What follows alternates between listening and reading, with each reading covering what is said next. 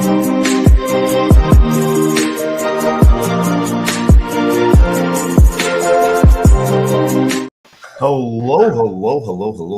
and welcome to another episode of TacoBytes, your daily bite of Degen, episode number 970, coming to you live from somewhere, nowhere, Dallas, Texas today. We had just got back from an amazing week at Rare Evo, and one of the things that we finally got to do was corner one of the man, the myth, the legend himself, Mr. Corey.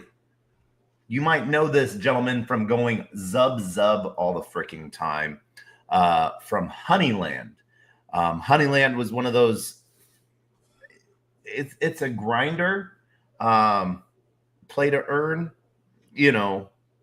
but built on Solana that was actually fun.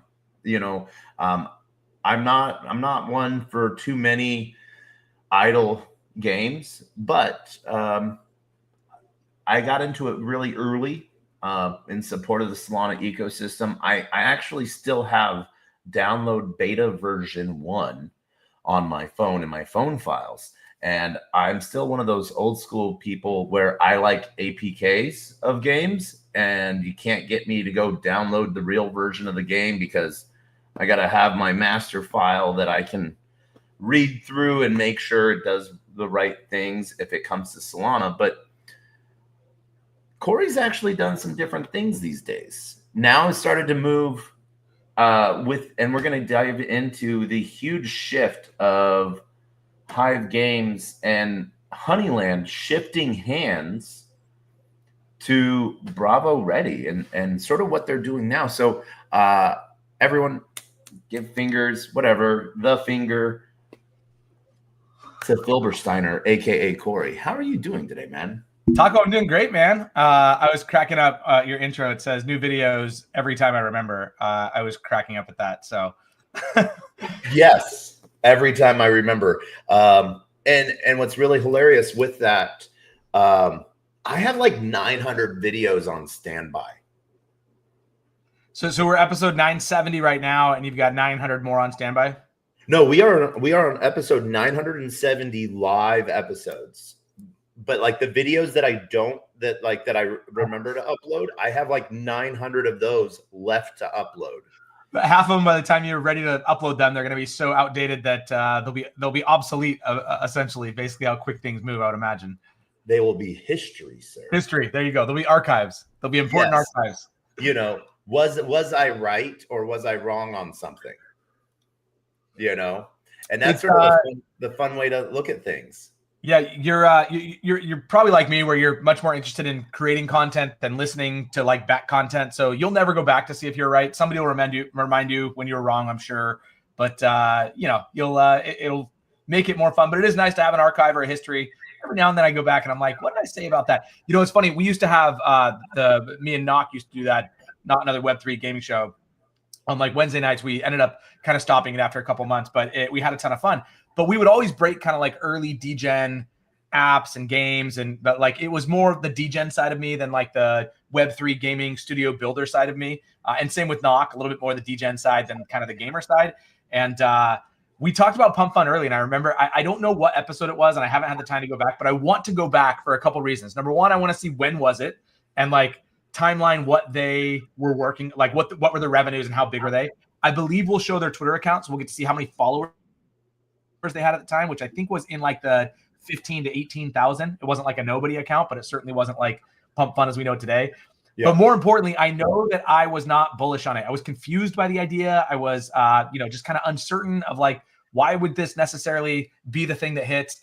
And now I've used this as a lot of inspiration to kind of reverse engineer some of the stuff that we're starting to build, and not only take inspiration from what they've done, but try and kind of fix some of the challenges that they've come across or that the community, would love to see fixed and things like that. And so it's a lot of fun to kind of be in that. But yeah, I don't even know how we started that. Oh yeah, going back to our old content. I wish I could find which episode that was, but I'm not patient enough to listen through them all.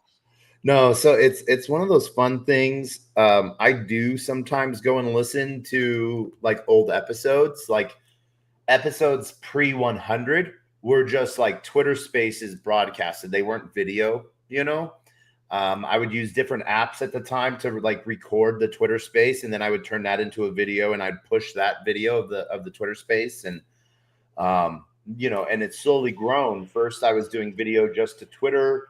Now we are literally live on LinkedIn, 2 YouTube channels, Twitch, Twitter Space, Rumble, Kick, on-chain via Abstract, on-chain via the Arena, and for shits and giggles, Pumped Up Fun.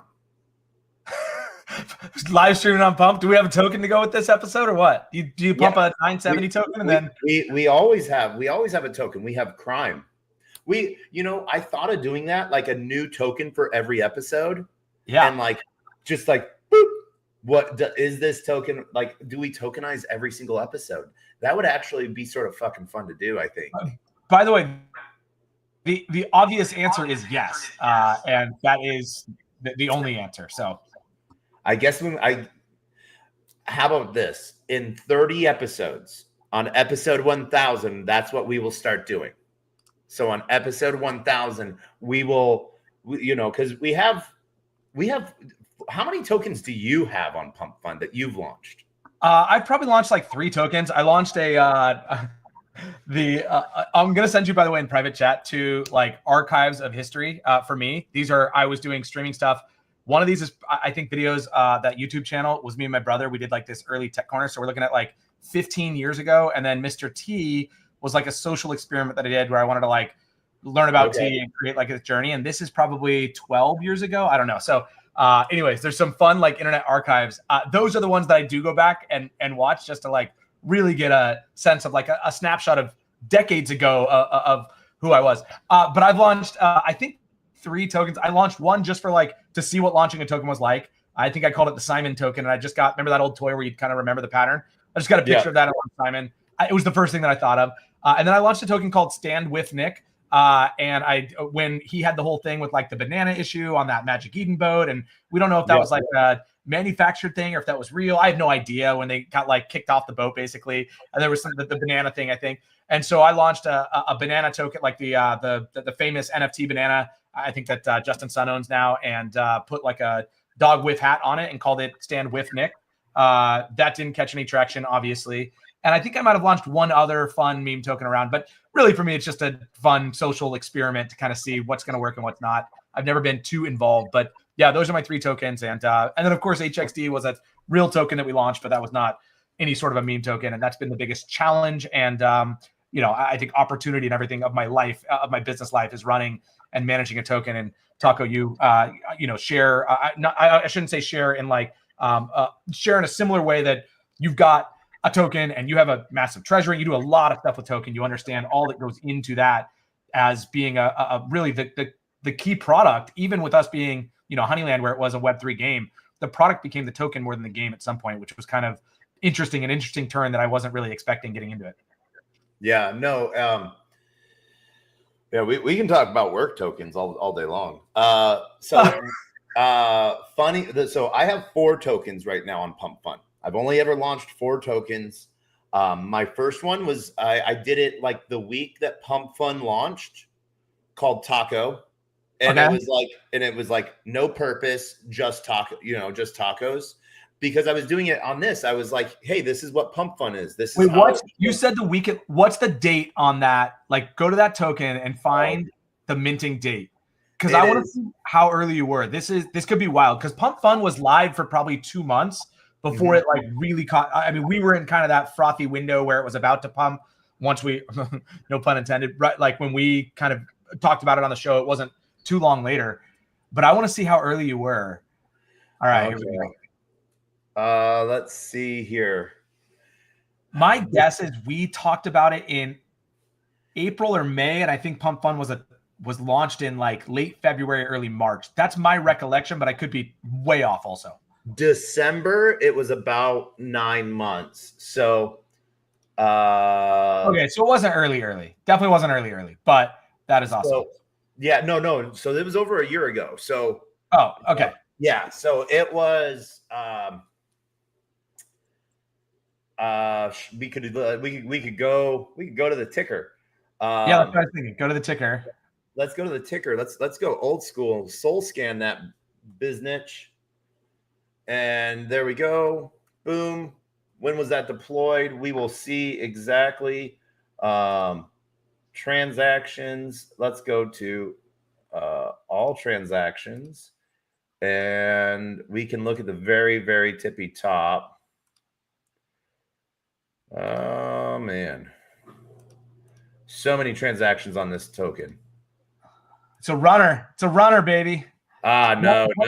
I had never reached market cap. I think 350K. Not bad. I was on an airplane when it ran. I mean, it fully graduated and everything, right? It's traded on radio. Yeah.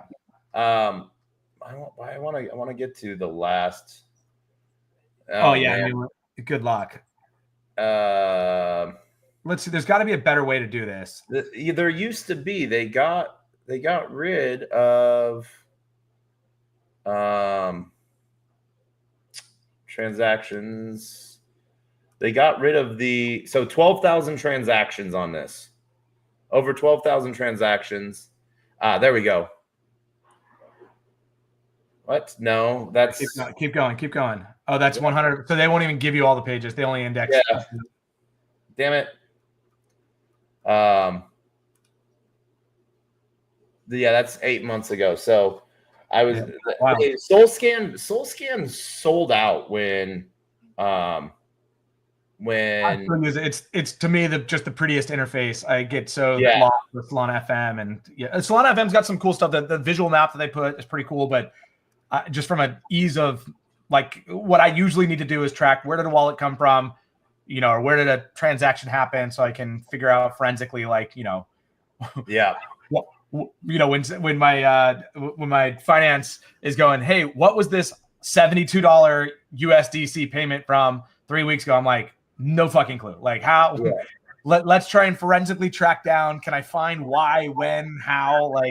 And then all of a sudden, who knows what it's even for? So and so no, all right.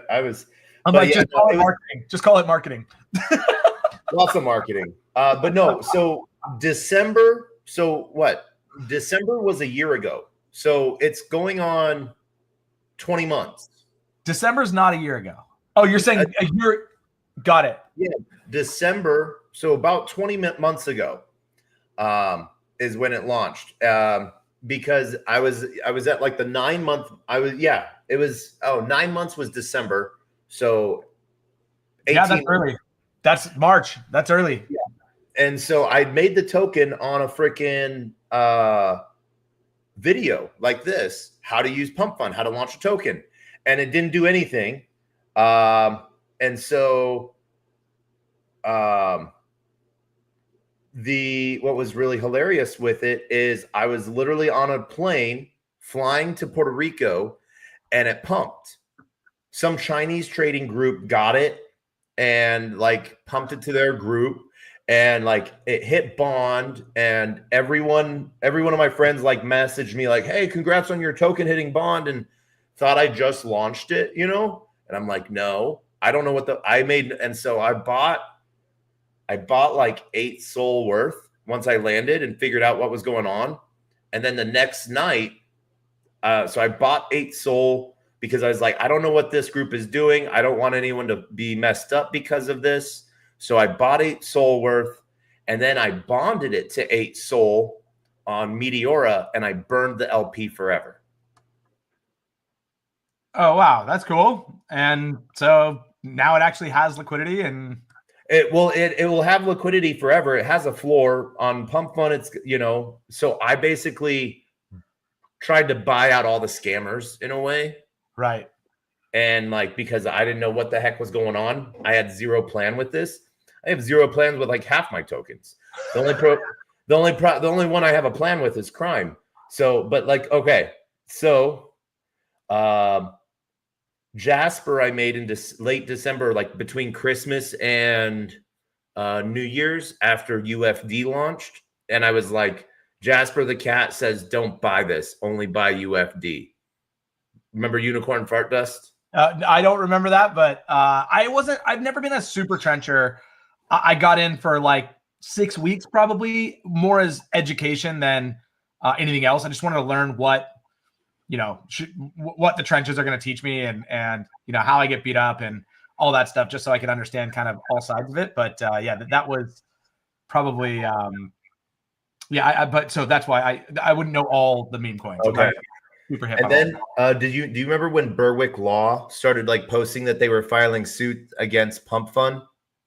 No, I didn't know that. What was that all about? So Berwick Law, like they were trying to like engagement farm and like claim that they were filing like a class action lawsuit against Pump Fund. And so I was harassing them about that. I was like, what? Like, you think because they're making hand over fist money, you can go, someone lost some money on their site that you can go do a class action. And they're like, oh, you didn't even read our complaint. So I was like, you know what? You're right. I haven't. So like on a live stream, I literally read through the entire 46-page complaint, but in the complaint, thrilling live content. Yeah. It was thrilling. And one of the things that it said in there was that there was a burn function within Pump Fund to burn tokens. And I was like, no, there wasn't. But hey, maybe it has to be new tokens. It's a new feature or something like that. So I literally made a test burn. I was like, don't buy this. Testing out Berwick Law claim of burn functions. Literally, as soon as I launched it, it freaking bonded and skyrocketed. And I was like, and so I just burned all the tokens I had. What was the the idea was that you could burn tokens before it bonded, or like, yeah. And but so why would that even matter? Why wouldn't you be able to burn tokens once? You're minting actual tokens, right? I mean, yeah. Well, so the way Berwick had written their complaint was that Pump Fund had written it into the site. And so I was like, I don't remember this. Let's go test this out. They have enough lies. Let's go see if they're lying about this. So I launched that. You literally see it went I bought like 0.1 soul. It turned into like 10 soul. And I was like, God damn it. And I just burned everything that I had. It's probably a different move than most people would have done, but understood. To each their own. That's sort of what I do, man. I know that is the taco way. It's I'm still really confused. I think maybe what they're saying is when before it's bonded, I think when you sell tokens, it's essentially burning those tokens, and then it can just reissue and remint new tokens as there's new buyers. Is that maybe what they're talking about? Because I don't know what would be the issue that you can burn tokens. Like if I buy, why can't I burn them? They were trying to say like there was some sort of function in it that like it was somehow making Pump Fund more susceptible to like being a security or something like that. That they could destroy the supply and reducing it. I don't even remember what Berwick. They had so many lies in it. Yeah, it was just an engagement thing. By the way, we're on. Not only are we on Pump Fund with animations on, you're also on the Infinite Mirror right now. So this is like, I just feel like we need to eat maybe a couple caps of mushrooms and we'll be sailing, baby. Definitely sailing with the spaceman. And I do want to shout out to Dank Mandan, who thinks we're pre-recorded. Ha! You think we have the time to record shit and make it look pretty? No, this is live. But all right, we're gonna get off Pump Fund for a minute. All right, there's that. That was that. But back to Honeyland. Yes, Honeyland, man. I like that game. So I got to correct you. Earlier in the intro, you said Honeyland. Corey was founder of Honeyland, and Honeyland was one of the great games of Solana. Honeyland still is the top mobile game on Solana. We have just, we went through Honeyland went through an acquisition where we as a studio wanted to kind of pursue a slightly different avenue of gaming, where we really wanted to do more about kind of gamified viral applications as opposed to building pure Web3 games. And so we wanted to take a little bit of that shift. And it's funny, if you've listened to me on any streams or when we had like the show where we were talking about pump fund and poly markets before it was like used to determine the winners of the elections, like we were talking about all this stuff. And I was talking about how I really believe that's the future of kind of Web3 gaming, is more degeneracy than like what feels like a Web2 game with a token. And that was kind of what I had been seeing, in a realization that I had. I am so incredibly proud of everything we built with Honeyland. I really think that, I was talking to somebody about this today, I think when you look back at Web3 gaming 2 or 3 years from now, there's going to be a lot of things that Honeyland did early on to really lead kind of the future of Web3 gaming. I think there's a number of things that we've done just early on, from like the player onboarding experience, what we've done with how we've really controlled and protected the emissions within an economy, what we've done to actually resolve player identity and protect bots and multi-accounts, but still have a rewarded gameplay ecosystem, the fully integrated marketplace, and just the player experience to be a fully Web2 experience to do everything that you'd want to do in game. You've been able to buy HXD as an in-app purchase for over 2 years with Google Pay and Apple Pay directly in our game. There's like most games can't figure it out today. We've had it live for over 2 years, known by the Apple Store and the Google Play Store. I think there's a lot of things that we did, and I'm so proud of Honeyland. And today it continues to thrive. And it's just, the Bravo Ready team was really looking to build the biggest Web3 gaming studio on Solana. And for us, it was a really cool opportunity to say, let's put the biggest mobile title on Solana with the studio that has visions of being one of the biggest studio in Solana. They already have BR1 Infinite, they have Bonk Arena, Mini Arena, and they're looking to build out a stacked portfolio of games. They've got an incredibly talented team. And so we started, as we kind of had a new direction that we wanted to take. We wanted Honeyland to be in a place that was better off than it was 2 months ago or 3 months ago, when it was still with us. And as we were working towards this acquisition, what was unknown to the community was obviously started to become known to us. And, I really feel like this is 1 + 1 = 3, putting Honeyland with the Bravo Ready Studio and all the things that they are already and intending to do to unlock it. And so I am so proud to be a part of the story of Honeyland. And I am so just excited to be a part of the community now, and obviously still serving as an advisor role, and, have my hands in supporting the leadership team at Bravo Ready. But it is their, it is their game and their project and their community and their direction and vision now. And it's really exciting to kind of see that unfold outside of Hexagon Studios as we kind of, shift to building different things. So, and so one of the things you touched on, like what you figured out early on was Google Play Store purchases of a token and NFTs, when like everyone else was having a hard way. Did you do that in game without really like making it official, and just like tried to slip that one past Google?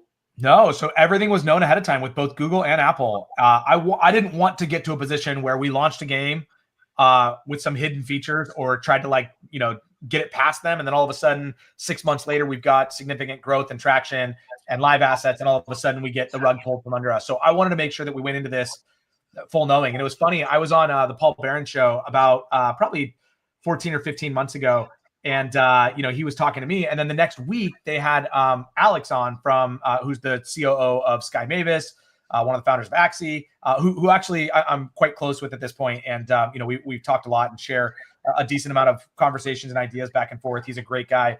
But Paul Barron asked him, he said, Honeyland has figured out this Web3 thing where they have full, you can mint NFTs and trade NFTs. You can buy their crypto all as in-app purchases. How do you kind of see that? And he goes, well, they're just too small. Once Google finds out about them and Apple finds out about them, then they're in for a rude awakening, which hasn't been the case, obviously. I thought it was a funny answer, but I think it was a defensive answer to the idea that, like, how this small indie studio unlock all of these things that every large Web3 gaming studio is trying to do. I will tell you, Taco, it was an accident how we unlocked it, but it was on purpose why we unlocked it. And I'll kind of explain what I mean. We were obsessed over building a Web2 player experience. And so for us, that meant there was 5 areas. You needed to be able to on-ramp create an account, discover was the first one. You needed to be discoverable wherever Web2 games were discoverable. That meant every major app store. The second thing is, when players discovered you, they needed to be able to set up an account without needing a crypto wallet or any knowledge or experience with Web3. So basically creating an account. The third one was you needed to be able to on-ramp in your game. You need to be able to buy crypto with an in-app purchase or a credit card, not needing to have a crypto wallet. The fourth one was you needed to be able to fully transact with the entire Web3 ecosystem without ever needing to sign anything. That meant staking, unstaking, minting new NFTs, trading NFTs, participating in a marketplace, and you needed to be able to off-ramp. That was our obsession from the very beginning of how we really felt we could lead Web3 gaming. And so in doing so, we had to create an architecture of this on-chain, off-chain relationship where everything is taking place in a live state that is being logged in a more of a traditional Web2 environment, with all of the on-chain settlements taking place, but doing it more in like a layer 2 environment to where we're actually rolling up a lot of the transactions in the background. And so we built in all partial signatures and deep links, and there was gasless transactions, everything that we had to do to basically say, if we needed to hit the layer of those 5 boxes, what are the things that we need to do? And so we essentially run custody for a lot of the assets. You stake your NFTs when you want to use them in the game. You deposit HXD, which basically sends it to our wallet, or you buy it. And we don't move it on chain into your wallet. We move it into a wallet that we custody that holds all the player balances that you can withdraw at any time. And that's when we will then put a transaction together. But that's not an in-app purchase or anything like that. And so we were obsessed with this player experience. And what it did was it made it so that when Apple was saying like, well, what's happening when somebody's buying cryptocurrency? And we're saying, well, what's happening is they're just buying in-game credits, which are HXD. That's an off-chain currency. It's represented by a one-to-one currency on chain, but the player's not actually moving that around. When they're buying it, they're just buying credits in their account. Now we do go buy those and then we move them into the player account, our custody wallet, but there was no on-chain movement where they actually bought anything other than just credits inside of a game. And so that architecture that we basically created. And again, this is one of the things, Taco, that when we look back at the legacy, you're going to see games doing this in the future. It's why we were able to unlock fully Web3 games in the App Store for over 2 years now as an indie studio, and many games still have not been able to crack it. They will eventually figure out what we figured out and what we've been doing. And by the way, not hiding, I've been very public about how we did it, what we did it. I've told anybody who's a game designer or developer, come talk to me. I'll show you everything that we've done and how we've done it and how it's App Store compliant. And it creates some technical challenges on the background, but we've solved all those. And again, it's one of the reasons I just am so proud of what we've done with Honeyland. A lot of that is sort of actual news to me, and I knew some of the things you guys were doing behind the scenes on that, because I could infer, I was seeing what was going on with my HXD when I would send it to you guys, when I would send it to my account, or when I would stake my NFTs and stuff like that. I could sort of see them just sitting and everything. And so what I'm hearing is, and I'm going to use a rough terminology here, but you're almost doing like paper trading, like a centralized exchange in a way. Yeah, so very, very much. Instant finality of like transactions in games, because you're just moving paper numbers around, but you have your accounting system like any game. And then if I wanted to take self-custody of those assets, they're there. So you're like unstake, withdraw. Yeah, you have access at any given time to unstake or withdraw all those assets. But as you're playing the game, because they're essentially living in our custody, when you come back from a mission in Honeyland and you earn 5 HXD, I don't need to put that on chain in your wallet. I just need to put that in your account and then make sure those tokens move into the player custody wallet. And so you're never actually moving tokens around. One of the hugest accomplishments that we did was our in-game marketplace. And you know how cool this is, but basically this is a very similar situation. And so we had to work with Magic Eden. We're the only project, to my knowledge, still to this day, that allows players to list their NFTs in our own native currency, which is HXD. And so if you go to Honeyland collections on Magic Eden right now, you'll see about half of the assets listed in HXD and the other half listed in Sol, unlike every other collection, which you can only list or buy in Sol. And so it gives a real utility to our token. But what's happening is we now can, from inside of our mobile app, you can list an asset that's in your wallet. And what we'll do then is we send it to the Magic Eden smart contract. We list it on your behalf. And then if it sells, we will put the HXD in your account. Basically, that moves on chain. That goes directly into your wallet. But the buying experience is the really unique thing, which is that I can, from in the game, I can have 1,000 HXD in my in-game account. I can buy a B for 500 HXD. 500 HXD gets deducted from my account. That's an off-chain asset or action. But then we take HXD from a wallet that we have that's like our marketplace wallet. We actually go buy that on Magic Eden. We take the NFT over, and then we airdrop the NFT directly into your account. It all happens within about 30 seconds. And so you're doing this entirely off. And then I have to, and then I have to, it shows up in my wallet. I have to stake it, put it in the game. And what's really cool is I don't have to be in the game. I can go to Magic Eden and buy. That's correct. Directly. And so like that, because it's what people have put up for sale and stuff like that. And so, yeah. So when you list from in the game, if you're in the app, you just go, okay, I have this B. It's in my wallet unstaked, because if it's staked in the game, you can use it in the game, but you can't sell it because it could be on a mission. And so you can unstake your B, and as soon as it's unstaked, you can then list it on the marketplace directly from Honeyland, the app, and then you'll set the price. And then I forget what I was going to say, but it's all done in there. You don't even need to sign anything. Like, we automatically go list it, and that's what I'm going to say. Within seconds, it's on Magic Eden. Like, and then you're like, wait, what the fuck just happened? I'm in Honeyland, and all of a sudden, it's on the largest Solana marketplace in the world.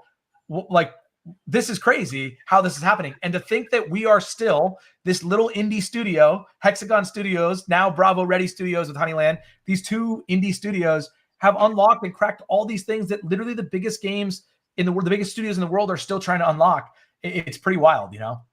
It is sort of awesome what a cracked team can do, because like one of my favorite teams that we're sort of part of and we do some work with, Venice, a private AI company, like four or five deep people in the last year, over a year that since they launched, countless different models. Now they just launched today as an app store. They used to be a progressive web app, you know. Now they're an actual app in like both the Apple and Google Play Store. And so it's really awesome to see Web3 projects sort of move ahead. Like we saw that with Zora.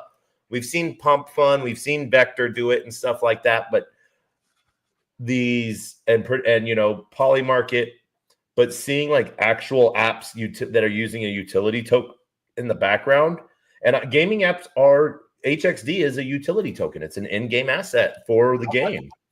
And so I think like that's just one of those really freaking cool things to see. And so hats off, sir. Hats off. It's been fun. And again, I'm not a technical resource, so I want to, give the credit where the credit's due. You know, I think from a visionary standpoint, I think I really challenged our development team to build things the way they needed to be built. And there was a lot of challenges and problems we needed to solve to do that, or they needed to solve to do that. But, I think that we did it in a really, really collaborative way, that they solved some of the toughest challenges. And I think together we had to kind of create really creative solutions that they were able to technically implement. And I'm proud of that. I'm really, really proud of it. And when you pop the hood of Honeyland, there's a lot of just badass stuff that we've been able to do. And a lot of it goes unnoticed. That's fine. It doesn't need to, in fact, going unnoticed is almost a good thing. It's when you have glitches and bugs and errors is when things get noticed. And so the technology working really well in the background is, I think, a really cool thing. I can tell you that for the last 18 months, I haven't really had to worry about doing a live stream of Honeyland and worrying that, like, what's going to happen. I hope this goes well. Live demos are always the most challenging things, especially with Web3. It's getting better now. There's so much cool just infrastructure, or tools within the ecosystem to kind of leverage.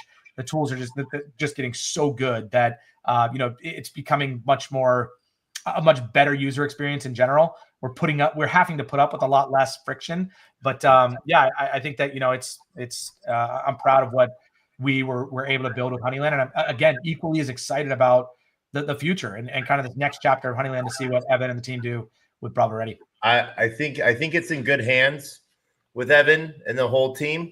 For sure. I think what's hilarious is I think I had heard about Honeyland prior to meeting Evan.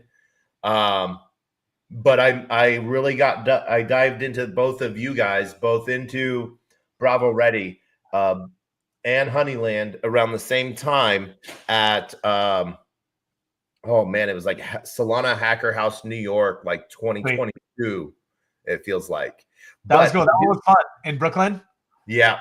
No, in New York. Yeah, New York. Oh, Brooklyn's in New York.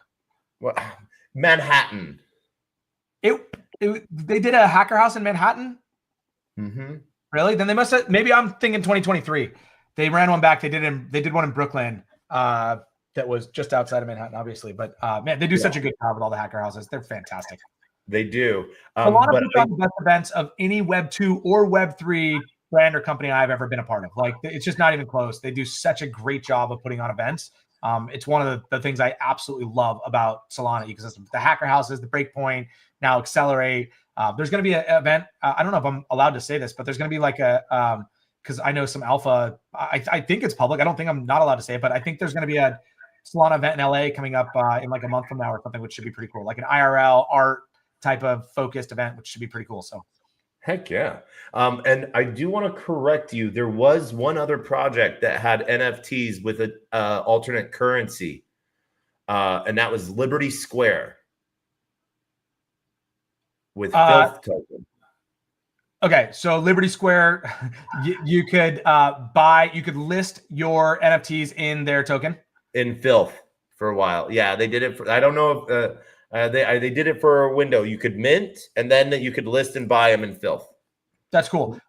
There was, I can tell you that it wasn't done before us because the piping to do SPLs that weren't Solana USDC were built by us. So no, I'm not saying that they were. I'm saying that there was another project. No. That's awesome. It is cool that there. Like I said, I think we were the only one. Certainly the only one that's got it integrated like fully into a game. I shouldn't even say certainly at this point. It's we've had it live for December of 2022. 2023 is when we went live. So it's been live for about 18 months. The marketplace with Magic Eden, which has been just which has been awesome. So. Yeah, no, you guys have straight up been knocking it out of the park. But things have changed. You got popular. You have 5,000 active daily users. Do you know how many of them are like Web 2 people? Like for Honeyland? Yeah. So this is where I think we swung and missed. And this is just kind of taking back like the whole like Honeyland, the things that I got right and the things that we got wrong.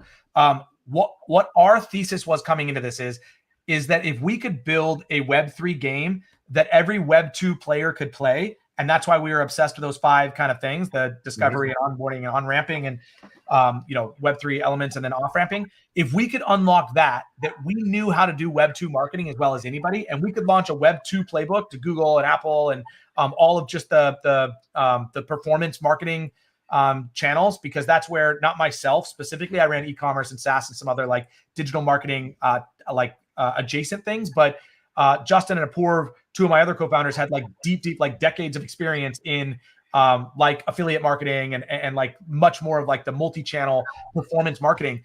And so we're like, if we could launch those playbooks for a Web3 game, given the popularity of crypto and all that, I think that we can hit the something that's every bit as big as Axie.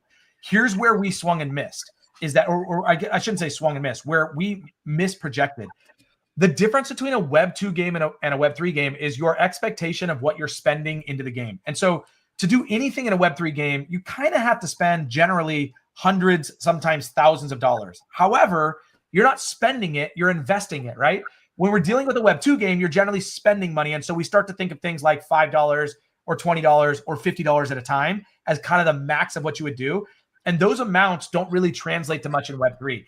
And so I think there's a miseducation that like people are thinking that when they're coming from Web 2 games into Web 3, that when they need to buy a character, an NFT for $500, or they need to buy a whole bunch of the token, that like that is some money that they're spending. Whereas in Web 3, I think if you're more of a Web 3 native, you understand that that's something that you're investing in, you have custody of, and can transfer that at any time to somebody else via a marketplace or an exchange or whatever you wanted to do. And so I think that's where the misalignment was. There's an education gap of like what the player expects. Yeah, and one of the big things that we all those rad tools that we Web 3.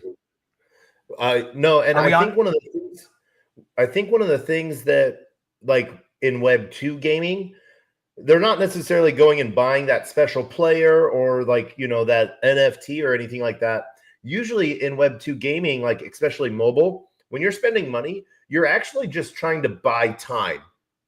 You're trying to advance yourself in the game by so much. And so, or extend your game play time. Like you could only play the game 3 lives per 24 hours, and then you have to spend 99 cents to get 3 more lives if you get sucked in or something like that. Well, it's funny. It's like it's fun gating, right? And so it's like you just allow them to have a certain amount of fun, and then you put a gate up. And if they want to continue to have more fun, they have to pay to unlock that gate or come back tomorrow.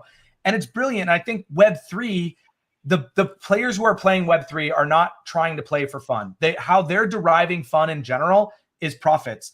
And I think that's, listen, I've taken endless polls, and in the same way that in 2021, people would tell me how much they loved the art and that's why they were buying the NFTs, and I called bullshit, and I was right. The same fucking thing with games. Everybody says that they want fun games in Web3.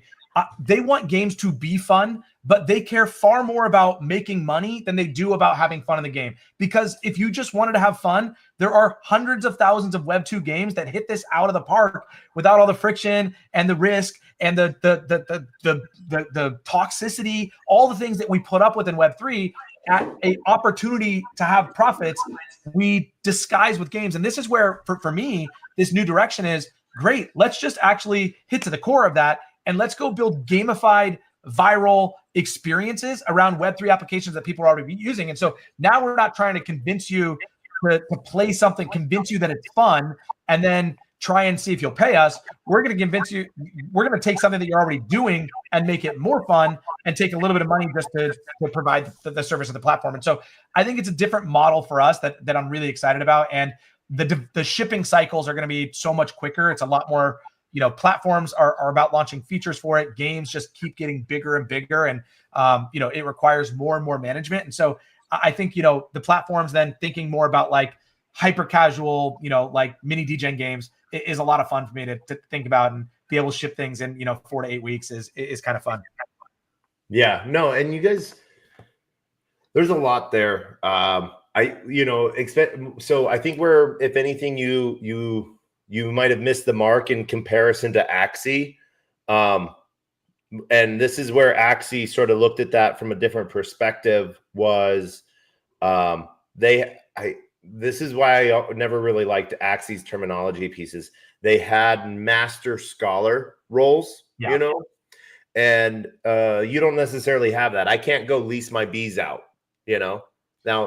So one of the things that we talked about, and one of the things that we have partially designed, and something that I think the Bravo Ready team is thinking about, but is the idea of what for marketing purposes we'll call AI agents that you could rent inside of the game that essentially become your scholars, right? And so the thing that I hate most about a scholar and guild relationship, and people early on were asking me again and again, why don't you go reach out to the biggest guilds? And I said, because it puts 2 extractors, one that's really rich and one that has infinite money and one that has infinite time, but they're both just trying to extract, and it empowers them in our ecosystem. It's just not healthy. It's not sustainable. You need people who are playing the game to play the game, not just playing to extract. And so I love this idea that we could basically provide scholars to the whales or to the players, right? And so you could come and basically rent, or maybe have to do certain gameplay to unlock an AI agent, and then you would feed that AI agent with HXD for it to go out and do missions for you. And for somebody like me who, I maybe send my bees out once a day,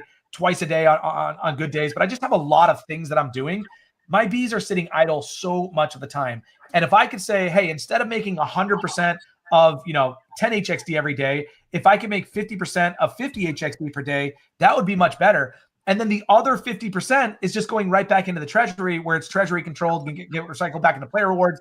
And so it removes that second extractor, the one with all the time, gets removed from the situation, and it now empowers the player with money, but does it in a way that I think is really, really healthy. And so that was kind of my vision. It was one of the big challenges for Axie, but it was the thing that it was the cause of their growth and downfall at the same time. Yep. No, and that was, I had friends that ran farms and everything like that, and did a lot of those different things. So it was a very interesting time to see and watch that. It was interesting to see how SLP, and grew, and then their second token, and then their third token grow, from Axie to SLP to, I forget the name of their third token after the hack. AXS. Yeah. And so, and Ronin still, even after suffering a huge Lazarus hack, on their bridge, survived because like so many people were invested in this cycle, and it's rather interesting to see. But I do like that idea of it does turn into an infinite loop inside the game in a way, and so there's some cool stuff there.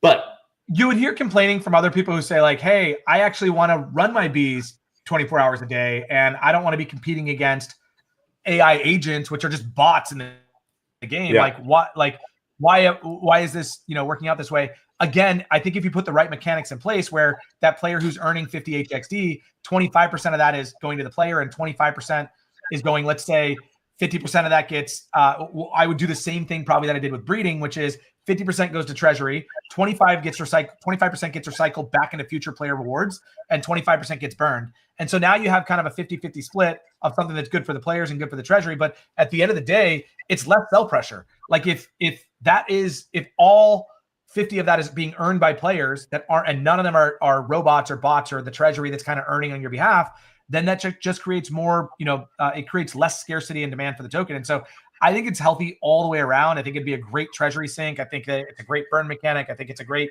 incentive for somebody to have and continue to accumulate a lot of bees, which I think reduces the marketplace sell pressure and increases the buy pressure. I think that it does so many healthy mechanics when you can actually do that. And the fact that it's a fixed supply of emissions every single day, whether you have 3,000 players or 30,000 players, there's a fixed emission. And so that is what creates scarcity, which is a key factor in creating demand and value, which is how a token increases in price. I look back and so many of the core principles that I was convicted on 3 years ago when we were, like really getting into starting to build the tokenomics and the economy. I still think I was directionally so right. We just need, it's really difficult. 5,000 players is a lot of daily active players for a Web3 game, but it's not a lot for an actual economy. Like we're trying to run it at some point, the HXD token was, had a, over $100 million market cap, forget fully diluted, like had over $100 million market cap. Like that's just tough to sustain with 5,000 players. You just, and so like to justify that market cap, we would have needed a lot more players. And then momentum becomes your biggest, ally and asset at the right, and wrong time. But at the end of the day, the game kept getting better and better, but the token was slipping, and the token became the product. And so no matter how good the game kept getting, the challenge became, how do we fix the token? And, we weren't sure if the game was the path to fix the token, or if the token's the fact or if the token's the path to fix the token, or, and so there was just a lot of, and I still don't know the answer to that. I think it's a challenge, but at the end of the day, it's going to be very difficult for any Web3 game to survive with any sort of a reasonable market cap, or, people who have the expectations I think they have with Honeyland, given just kind of the quality of the actual product and project and team and everything behind it. I think there's an expectation that we are much bigger than an indie studio and have, expectations to build a market cap much bigger than that. And we did too, by the way. I'm not saying that's an unreasonable expectation, but it just becomes very difficult if the indie studio can't compete with the marketing budgets and, that some of the larger studios have. And unfortunately, they always say in Web3 gaming, the most bearish thing you can do is launch a game. We launched early, and I still look at some of the biggest projects that are sticking around, the most well-funded ones. They're the ones that haven't launched a game yet. And, I don't need to name names, but look at how long Star Atlas minted out stories. I minted every single season of season one and thought, and they're like, this is it. This is the final one. And then, 4 months later, they're like, season 2 story 1. I'm like, I'm done. I'm out. Peace. Like, where's this game? And yeah. And so now Star Atlas has turned a notch on the gaming side, and now they seem to pretty rocket. Have you heard of Phoenix DAO? Not possibly. I don't know. Star Phoenix DAO, they spent $5.1 million on a starship, super starship in Star Atlas, and then they tokenized it. Got it. Yeah. They did that, I think, like a year ago, right? Yep. Yeah, I remember seeing that. I got to meet the man behind the idea. I got to meet him at Solana Crossroads in Istanbul. Oh, cool. And I was like, that's a very interesting. It was a bold move. But what it did is it set the tone, and other people followed suit. Yeah, they've had, I think, at least 2, maybe 3 7-figure sales. That obviously being the very first or the biggest, but I believe that they've had 2 other 7-figure sales as well, which is that's wild. Yeah, for computer code. Yeah. So, and again, Star Atlas is, like I was saying, they put out beautiful cinematic trailers. They know how to give, these town halls of all these things where they're building mobile apps, and they've got the, your agents that you can train, and you've got the fitness app, and you've got the Sage Labs, and you've got the racing game, and you've got, all of this building up to a Space Explorer. And there's just this vision that's so big that, I think a lot of people go, well, if it hits, this could be the next Axie, right? And so I think you continue to get people pumping in and wanting to invest early. And again, if you ship that game, when that game goes live, within 4 or 5 months, you'll know if that's going to hit or not. You can see this happening with Off the Grid right now, where it's a ton of hype, and then and I don't know exactly where they are, but it doesn't seem like Off the Grid is saving Web3 gaming yet. If you ask me, Off the Grid is fun, but I think one of the coolest features of Off the Grid that they did is they made a mobile app as well that you can do like player notifications with friends, and like I get notifications that friends are playing and stuff like that. Go hop in now. I think that's sort of cool. It removes Discord, and anything that removes Discord is a thumbs up in my book. Yeah, we actually, with Honeyland, we started moving towards Medium is like our main form of communication, and we'll announce that there's a new Medium post in Discord and on Twitter and in-game application. But we were like, let's just move to a much more Web 2 friendly form of communication and commenting. And if we wanted to go get Web 2 players, that's kind of where we where we saw ourselves heading. But yeah, I'm with you. I try and spend as little time as possible in Discord. Yeah, no, and so all of this long history comes to Corey sold out. Yeah, big time. I got rich. I sold out my community, and I'm dumping all of my tokens. And you're dumping all your tokens into this newest project called LastMint. Yes. Like, have you not heard of Take Profit, man? Like, take profit. Don't like chase one thing. No. No. But no. So okay, let's set the tone correctly. You needed to figure out how to get Honeyland to the next stage. And this is the hardest thing for a founder sometimes, and a founding team, realizing that it might not be you that can get it to the next stage. And you guys sort of saw what Bravo Studios, Bravo Ready 1, and some of the other games that they're coming out with. You saw what they were doing, and you were like, hey, Evan, you got a moment? It kind of did actually go down that way. I can rewind a little bit earlier and just say, we had raised about $4 million today. We had some NFT sales. We had generated some revenue. So let's call it somewhere between 5 and 6 million that we had kind of access to over the first 3.5 years of getting Honeyland to where it is today.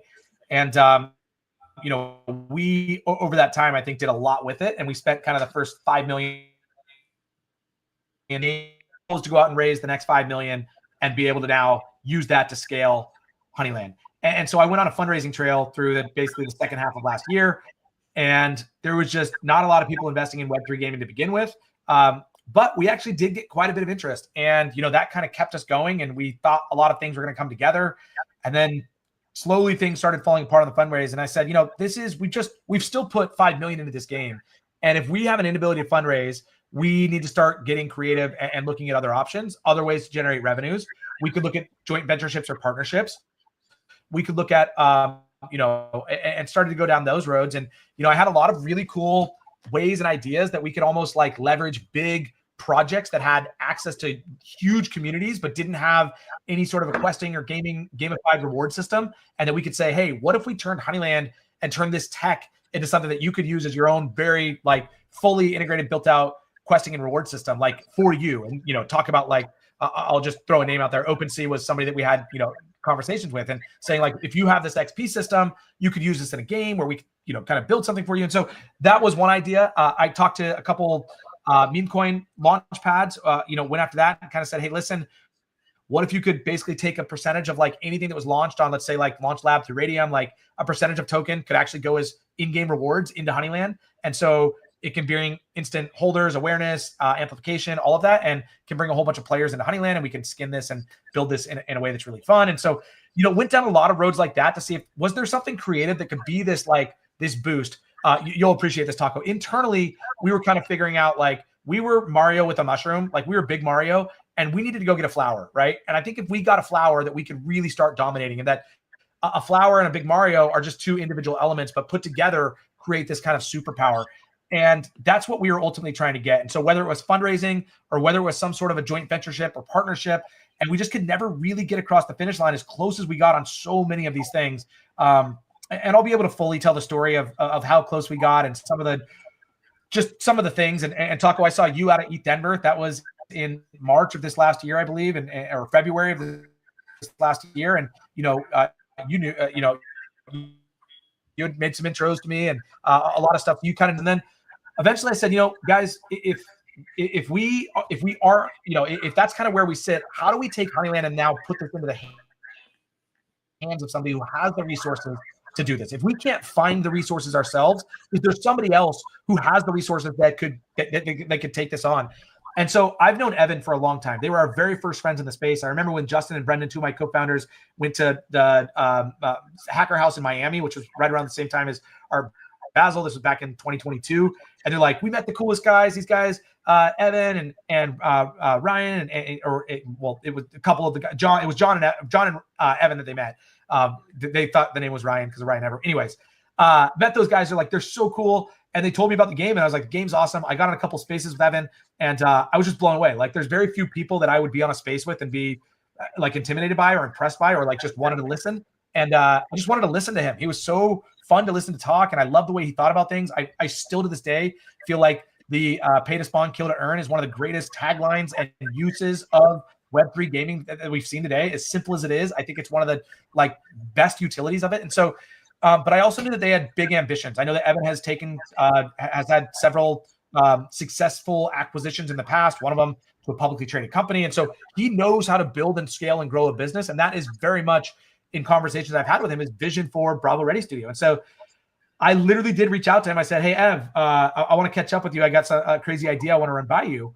And so we got on a call, and I just said, hey, you know, I kind of explained where I think Honeyland is and all the opportunity it has and upward mobility, and you know, that they had the resources to put in. And he, you know, I kind of did a resource check, and he said, yeah, let's kind of start figuring out where we need to go.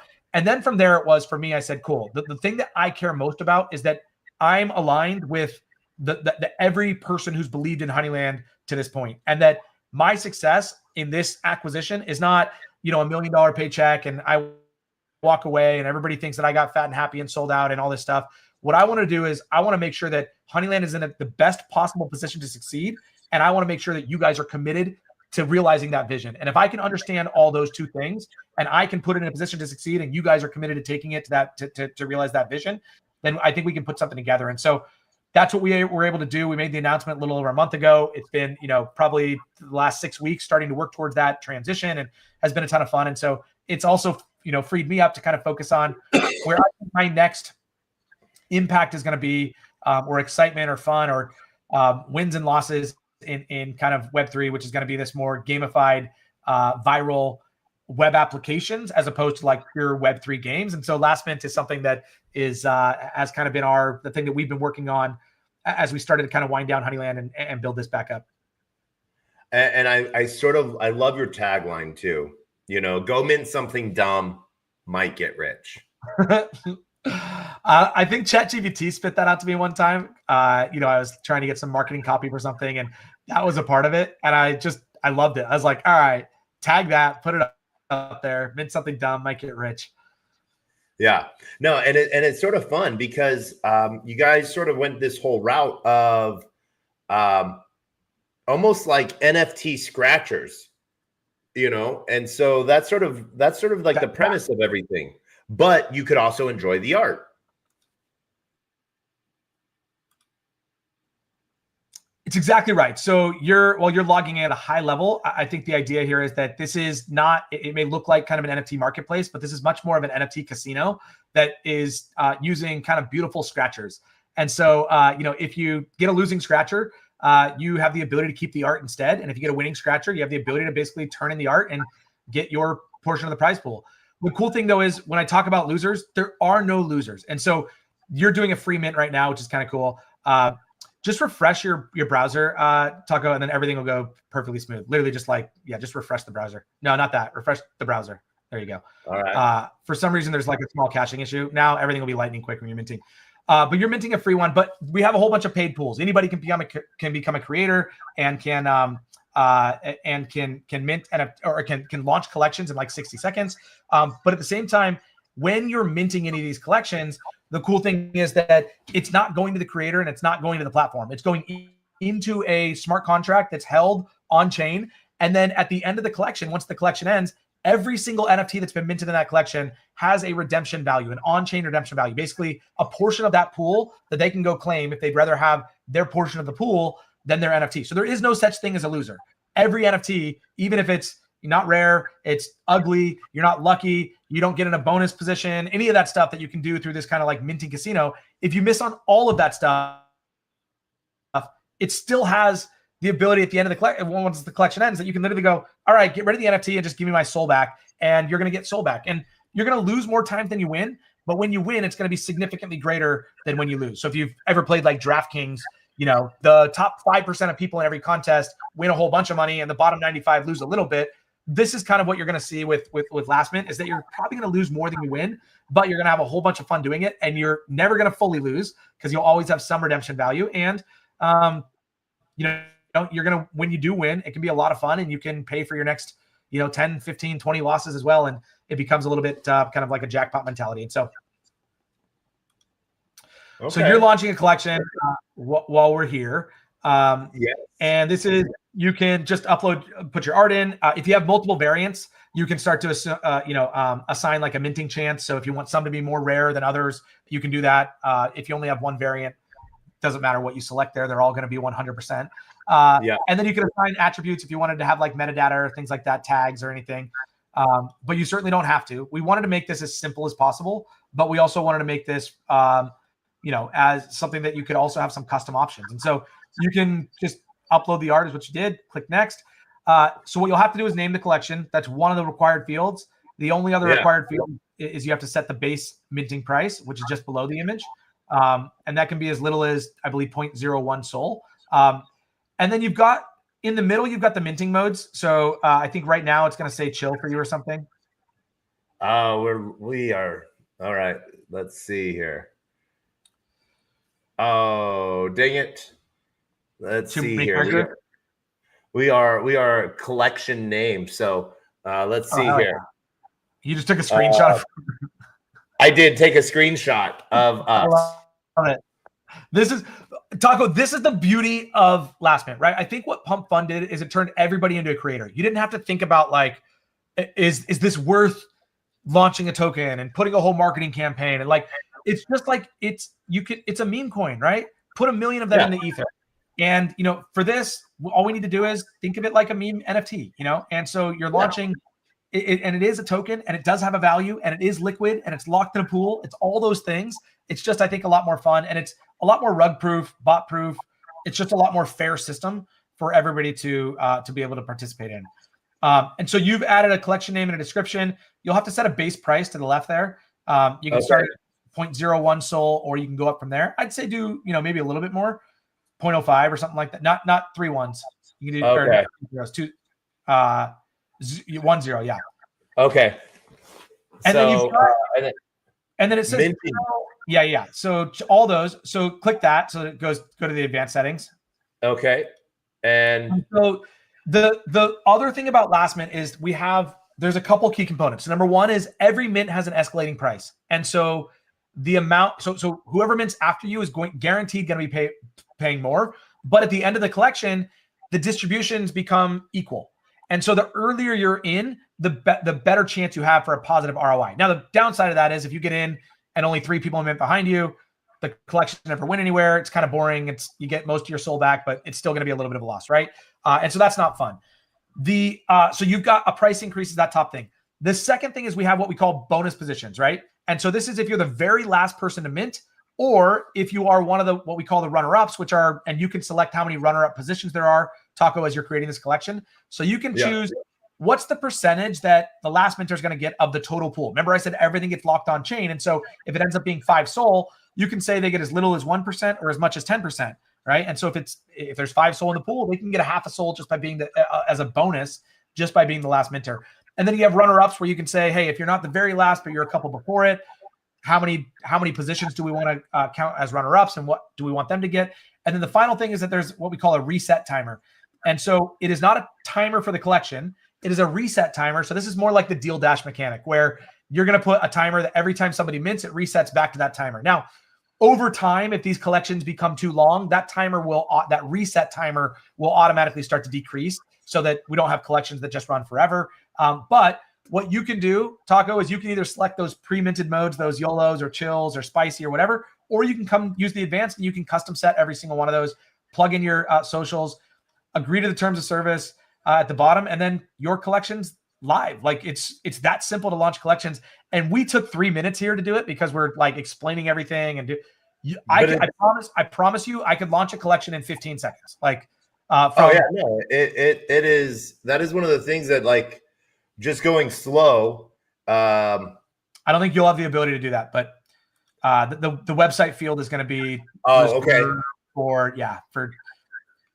put my work website because I always I don't think it's going to let you put a website in. What is what I'm saying? I don't think it's going to let you put a website in. Oh, I can't put a website in? Try it. Let's see. So it's a security measure more than anything, right? So okay. I don't know. We're not going to put this in the not safe for work collection. No, this one seems pretty safe for now. I mean, unless we want to put a different variant in. But yeah. All right. Let's see if you get it'll ask you to sign, and then let's see if you get the error or not. Let's see. So, and this is the reason we have that field is okay. It did let you put it in. Cool. So you're a verified creator, which is one of the protections that we have. By the way, if anybody, I want to say this on stream. I don't know how many people we have here, but we are verified creator is a really cool kind of like status within our platform. And what that means is that not only do you get a badge, you will get you'll get a custom referral code. So like Taco has Taco. You will get when you refer people, you will get 2% of anything they spend on the platform for life, forever. You'll get that 2% referral fee. Most people, if you're not a verified creator, get 0.5%. So you get 4 times the referral rewards. When Taco creates this collection, let's say there's 5 soul that goes into that mint pool at the very end of it. People will have the opportunity for 30 days after the collection ends to either redeem their NFT to claim their portion of the pool, or to forfeit that and just keep the NFT, right? And if you want to keep the NFT, that means that soul never came out of the pool. Taco is going to get everything that's left in the pool at the end of 30 days as a verified creator. And then the final thing is that we'll have additional like features that are unlocked, like the ability to add a website domain in a collection for verified creators. So the reason I'm saying that right now is it is, as of today, it costs 1 soul to become a verified creator. It is a lifetime tag that you're going to get. But if you are watching this stream and you're on it right now, go to our X account at LastMint. Can you open up a new tab really quick? Yeah, you got it? Oh, yeah, of course I can. I think it's that. Yeah. Oh, hold on. Let's go to LastMint. Bingo. Okay, look at articles. Articles. And then we've got verified creator. Click that top one. Okay. So this will give you the information that you need, and there's a link that you can go apply. If you guys go do it within the next 12 hours, or I'll give them 24 because you may have people that are sleeping. So if you fill this out within the next 24 hours, there is a field that says, send us the transaction ID of you sending us the 1 soul. Just type in Taco in that line. And if you can type in Taco within the next 24 hours, you then just fill out the rest. We will get you verified creator status. It will not cost you the 1 soul. Okay, so that's kind of the benefit for being on this stream, for watching live and all that stuff. We want verified creators, but we also, at some point we want to make sure that we're not that this is something that has an exclusive status, and so we have moved to that direction. But we want to make sure that any of our Taco listeners, anybody who's watching us today or in the next 24 hours, go here. If you fill out the form, it takes you 30 seconds. We'll get you verified creator status. It'll give you the 2% referral rewards. You'll get access to all the unclaimed mint funds, any collections that you launch, the verified creator badge, the customer referral code, all that stuff. And it'll be completely free for you if you get it done within the next 24 hours. Nice. Let's can we let's see here. All right, so I'm gonna go do something real quick. I'm gonna post this in this space so people can find it a lot easier. Sweet. That way, because that was unexpected. I was not expecting that. So thank you. Yeah, right in Taco during the next 24 hours. In the transaction. Actually, just say in the transaction field. No. Right in the secret word from the stream during the next 24 hours, given during the show. Beautiful. To get a free verified creator badge. There you go. Cool. And remember, so it's going to ask you, I think the first question is what's your wallet? And the second, so that we know what your account is. And then the second one is send us the transaction ID. And the transaction ID, just, here you go. This will be perfect. Yeah, it's super simple. What's your wallet address? And paste the transaction ID. So right there you can put Taco. And then vanity code. And then, heck yeah. How do you plan to use it? But that's actually one of those good things that what was it? Not Foxy Swap, but like Foxy Mint or something like that. Fox Federation, they have the really cool thing where I can go put 1,000 HXD up for auction, right? I might get 1,500 HXD, but someone might buy it for 100 HXD. Yeah, I love a lot of the things they've done. They had Foxy raffles and stuff. They've done that whole team. I haven't had any real connection with them in a long, long time. But we threw an event with them a couple years ago, back at 2022 NFT NYC, and so we did some fun stuff with them. And I love everything they built. Honestly, that's a little bit more the direction that we're going. We're just doing it in a much more gamified, casino-y way, but building tooling that you're already using. They have staking tools and burning tools and transfer tools and all these things that you just go use if you need kind of that infra or you're basically a consumer of Web3 and you don't know where to go for these things. They make it really, really easy. Airdrop tools and all this stuff, and we're just going to go gamify all that stuff a little bit more. And I think hopefully that becomes a catering more to degens than just utility. Yeah, I love what's going on up here, so we can sort of see what's going on. The newest, the ending soon. I almost want to go mint some stuff just for the heck of it because, we're seeing, Metaplex coming in on this with you. That's pretty big. Yeah. So right now we've got two. So Solana Foundation is coming in as a sponsor and marketing and all this stuff. We've got Metaplex, we've got Tensor, we've got Sharky, we've got SNS, I've got about 5 that I can't yet announce. One of them will be the biggest of any that I've bigger than Solana, to be honest. And so they're all coming in and they just want to support us. And so they're putting together free prize pools. So check this out. Every creator launched collection has a mint fee, but we have these where Metaplex has put up literally a $5,000 pool that you can go mint for free. And there's 2 ways that you can win. The first one is, and just click into that collection. So it's the top left on the, just below the banners.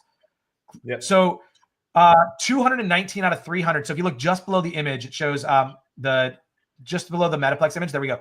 Golden chance, 8% to get a golden ticket. Now, if you get a golden ticket, it's worth at least $10, but it could be worth up to, $30 depending on if all the golden tickets are handed out or not when this mint ends. This is a 1 hour reset timer. So if for some reason everybody goes to sleep tonight, this goes 1 hour and nobody mints, then there's only 81 of these 300 that were minted out. There's $3,000 that's going to be split between all the winners. And so if all 300 get handed out, they're $10 a piece. If 100 get handed out, they're all worth $30 a piece. And so just mint until you get your 2 gold tickets. So you can get 2 for every wallet, and then you can claim those and walk away. And then the second way to win is going to be that we have these prizes for being the last minter or the runner-up within this pool. And so I think the last minter is going to get $1,000 worth of their Metaplex token. And then we have 10 runner-ups that will each get $100 worth of their Metaplex token. Guys, this is a free mint. Like you have to pay the blockchain fees, which is, whatever it is, a couple dimes to kind of mint. It is point. So total 0.004. So that is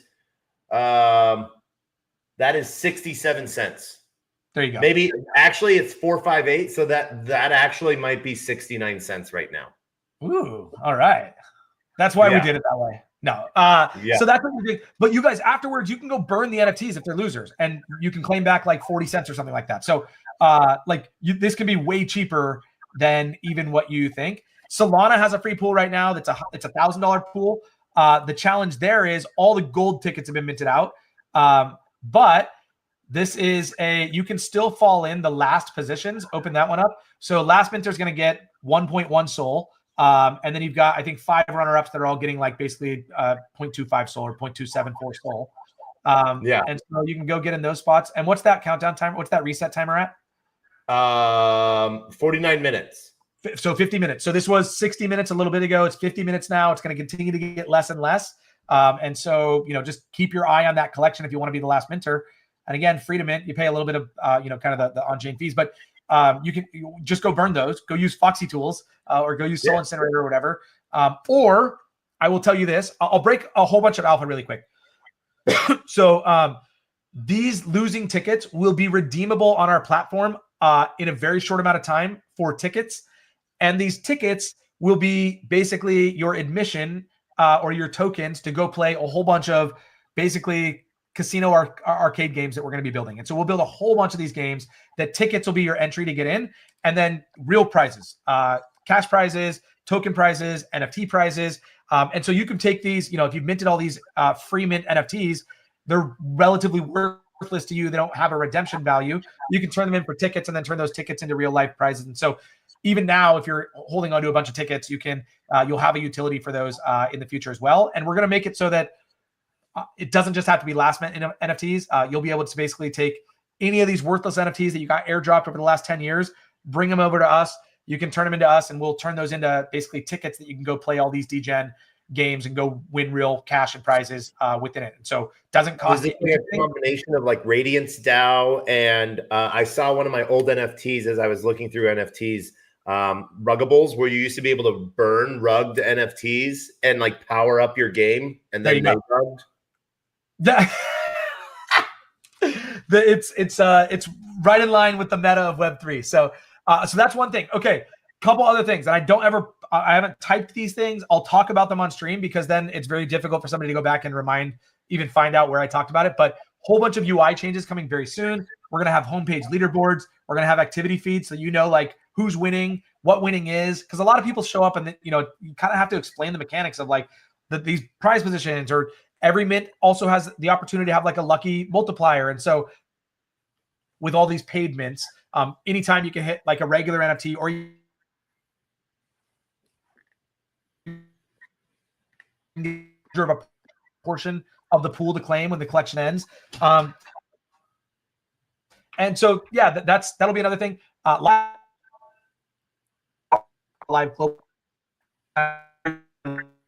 launch it, see how it goes, and one punch in the face with a whole bunch of idiots posting dick pics and ads. We'll probably have to figure something else out, but we'll figure that out. We'll have a global chat. We'll have a comment section.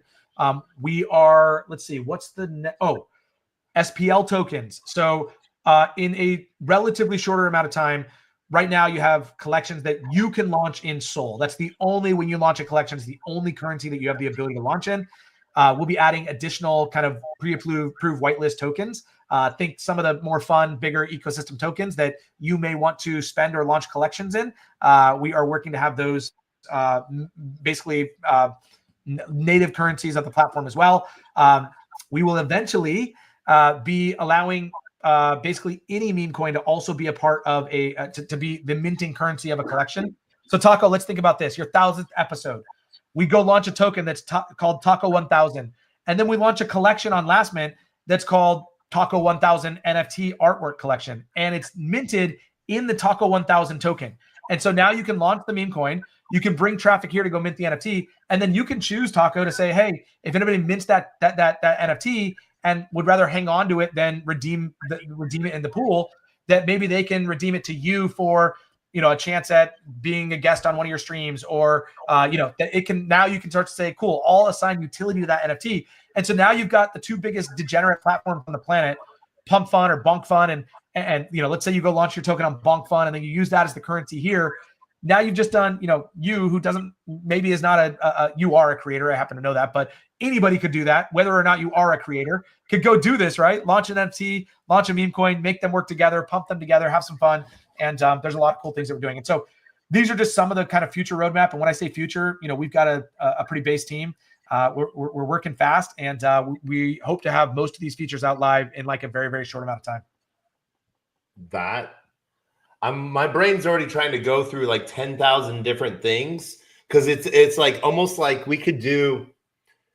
Okay, so here's an ask then. So if you're saying I can spend a token to get an NFT eventually, right? Rather than just sold.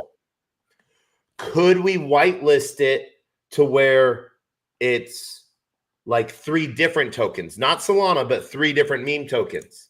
Because I was thinking, what if we just, for shits and giggles, we go launch Taco 1000 on Pump, on Bonk, and like Bags? I would do it differently. I would just launch 3 different NFTs, 3 different collections, and then let them bid against each other. You'll see on here, there's somebody launched Liverpool and Arsenal and Manchester, Man U. Like, they're basically creating an NFT war. That's the way that I would do it. And I'd say, hey, if you're a Bonk person, go mint my fucking Bonk NFTs. And if you're a Pump person, go mint my Pump NFTs. And then you can create a little bit of a frenzy. You can launch 2 tokens, 2 collections, or 3 tokens, 3 collections at the same time. And then we'll extend this, what we call gold mints right now, which is basically funded prize pools. But the mechanic of the gold mints is that you have basically non-valuable NFTs and then you have valuable NFTs, right? And so like, as opposed to the regular collections, every NFT has a value. You can just have like a baseline value or a higher value. This one is basically binary. It's a winner or a loser. It's a gold one or it's not. And so we're going to allow creators to launch gold collections as well. And so let's say, Taco, you wanted to say, I'm giving away one Saga Seeker device, right? And you go, so what you can do is you can go mint a collection, and it wouldn't work in this case, giving away one. That's kind of stupid, but let's just say we wanted to.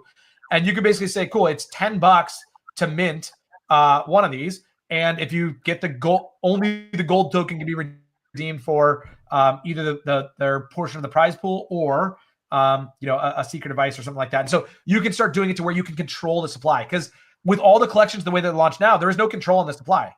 As long as the people mint within the timer, it keeps going. And so it resets the timer. And so a collection, you can't say, if I only have 100 of these things to give out or 10 of these things to give out, you don't have the ability to do that. But like that Solana collection where we had 100 gold tickets, those got minted in the right amount of time. Now there's still people jockeying for last minter and runner-ups at this point, because there's still some prize pool for that, which is really cool. And so you'll see that mint continue to go. And then the final thing that we're going to be adding is what we call Joker collections. And so you'll have normal collections like you see now, the gold collections, which will have like a fixed supply of winning tickets, and everything else is kind of a losing ticket. And then Joker collections that once they hit a certain predetermined number of mints, a Joker becomes active, and every mint will have a 1% chance of drawing a Joker instead of the NFT. If you draw a Joker, it immediately ends the collection. You're the last minter. The runner-ups are settled. The pool locks and all the distributions now become claimable. And so it's a way that you can get much higher stakes pools, but also you can kind of know that as far as they can go, because at some point a Joker is going to become active. And after, an average of 100 mints later, a Joker is going to be drawn. If the clock hasn't ended sooner, and then that collection ends. And so it's a fun way to pool a lot of mints. Gets 100 mints taking place in the next, 5 minutes, and it becomes a little bit more of a frenzy, which can be pretty cool. Yeah. Now, so okay, the question is then, can you, with like the golden tickets, are they revealed afterwards, or are they revealed instantaneously?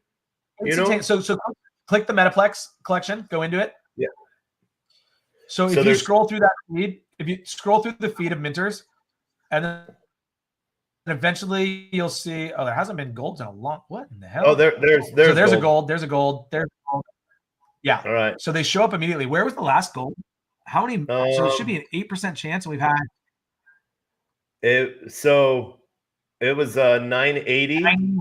So 46 NFTs. So what I'm hearing is technically I should be. I just want I thought I saw the gold and I was like, I just freaking won it. No, it'll pop up. You'll get a pop up as soon as you do it. That'll say you just minted gold. Just be clear, you don't have 2 golds already. Is that correct? No, because my first mint was number 1015. Cool. So, but if I'm supposed to, there's 219 of 300 remaining. Yeah, they're still in there. We're just you're just unlucky at the moment. But it's one of those things where it's sort of. And then you're gonna hit 2 in a row. There you go. I just hit a gold mint. All right, we got the gold, baby. Go for the gold. You know that you're gonna get 2 in a row now, too, right? Share and earn. Let's share and earn. All right. So this is one of the other things I talked about, like the referral. We really want to make this a viral thing, and it doesn't know how to react to a free mint with what you just got. So it gives you like insane. I think it's hilarious. So we didn't fix it. Why? Why fix it? It falls into degen mode pretty well. I agree. And so you're bold, man, doing all this screen sharing like directly. Oh, dude, I know how to. I've been doing. This is my 970th. Yeah. You know the folders that you can open and the ones that you can't. Mine's not even that. Like you're gonna find some weird thing that I'm like didn't want you to see. My thing is more about like alpha, where you're like you'll see a folder named Doodles on my desktop, and you're like, oh, are they doing a collaboration with Doodles? And you're like, maybe I was just doodling. I don't know. There you go. See, you knew that it was gonna happen. It's like the pendulum swings. So you got it. So now you can't get any more gold mint. So it really did go 2 in a row. That's hilarious. It did. You can't get any more gold mint, but you can still try and be, the as the mint continues to go on and on. Once you fall out of those runner-up positions, you can go back and re-inject yourself into the top of those. Into the top of those. Right there, you're already at the top. No need. And I wouldn't even do it because Big Daddy or Mr. Boss, like right now, they're kind of like happy. They're not the last minter anymore, but they still have a profit. But if you just go and mint all the 6 spots, then everybody's after you, right? They're all going to be like, all right, screw you. Yeah. And so I like to just like get that last spot and just kind of hang out there. But there's not going to be any. The gold mints got minted out a long time ago with Solana. Oh yeah, it looks like they got like in the first 1,000 or so. So that was it would have been 10% chance. Yeah. So 973. And there was a 10% chance with 100 available. So it should have been right around 1,000 was the expected. Yeah. So it looks like a big block. Yeah. So that's sort of interesting. But that's so will I be able, so I'll be able to make a prize pool too in one aspect and like allow people to like bid for that in a way? You can. So we're going to launch that as a feature as well, where you can like seed a pool. So if you wanted to go, hey, because like I said, when we have 10,000 people on the site every single day or 50,000 people on the site every single day, these collections will be 1 minute, 3 minutes. They'll be flying. There's going to be velocity. They're going to get really exciting really quickly. But if until that moment, it still, doesn't feel like super active. And so you're kind of scared to be one of the first 10, 15 minters because you're like, well, if I don't get any momentum behind me, then I kind of just lost my money. And so we think that, if you could seed a pool, that you can get incentivized early minters because they're like, cool, if only 10 people mint, there's still, I have a portion of that pool, or I can get, an outsized portion because it was seeded to that, to where I'm already with the first mint, I'm already, positive EV, and each additional mint dilutes my value of kind of that starting value, but increases my value because the pool is getting bigger and bigger. And so it could be kind of a way. So the idea here is, you probably hear the theme. There's a ton of creator tools that we're going to be putting in here. And there's two things that I'm really excited about. I want to see how the bad actors try and exploit this. And this is where I talked about like the global chat and all these things, right? With Honeyland, it's a lot more predictable. I can look at a game economy and I can know that if we do this, the impact is that, right? When you're talking about like bad actors with a platform like this, that's quite a bit more decentralized than what Honeyland is. It's going to be really interesting to see and how we react. And I'm curious for that. I think that we've done a lot of good modeling, but we'll see. The other thing I'm excited to see is where the real creative people go to work on this platform, and where they go, cool, we've got there's going to be a mint taking place, I think this week, for, I don't know if you've seen that Degen device. It's like that trading device, and they're all in like resale right now. And so they're going to do like a raffle on our site where you'll mint raffle tickets. And basically then you can turn your raffle tickets into them instead of redeeming them on LastMint, and that will enter you into their raffle. And then and then they're going to raffle it off. If you send them in by the right date, then they'll raffle all of them off. And if you get like a 2x or a 5x or a 10x multiplier on the mint, on LastMint, when you turn that in, you get 10x the raffle tickets or 5x the raffle tickets or entries as well. And so being lucky on LastMint will actually get you lucky in the raffle. And so there's some really cool stuff that we'll be able to do. And I can't wait to see how creators, as we start to unlock a lot more kind of the technology. But damn, the tech, in the same way that like I'm so impressed with how we had to innovate and really solve a lot of technical challenges with Honeyland, we're right back at it. Like, this is what we're great at. And we're really unlocking all this to make it so seamless for a creator to launch a collection, for a minter to come mint, the redemption, just kind of how all this stuff works. And we're excited. And, the biggest challenge is just getting more people to the site, because once we hit that critical mass, once there's, 5,000 people on the site every single day, it's going to feel electric, and it is very addicting. Like, when you're in a collection, go to my activity. It's the very last tab that you can sort by. No, the sorting. Sorry. Go to the homepage again. Oh, my activity. Yeah, go to my activity. You're going to start your last minter in 3 of those collections. Looks like you're a Man U fan. You're a creator in 3 of those collections, or pardon me, last minter, and then you're the creator of another one, which is really cool. But once you start getting knocked out of those last minter positions, there's like this little energy that gets inside you that's like, well, that's not cool. And then you want to keep minting. And when you know that minting is never a total loss, right? You can get lucky and you can experience an immediate win, but you can never experience an immediate loss. And so, you can get unlucky mints and it's a 1x, and then you get knocked out of the runner-up spots, but that doesn't happen immediately. You are the last minter, and then you are the runner-up, and then you get knocked out. But then you hope that the pool rips, because then you're earlier than the next minter. And so there's just a lot of game theory in this that's really fun. And obviously I'm biased, but I think it's pretty creative. And I shared it with a lot of people, who have just been like, this is really cool. And so I just, I can't wait until we have 5,000, 10,000. And then eventually, once you hit that mark, getting to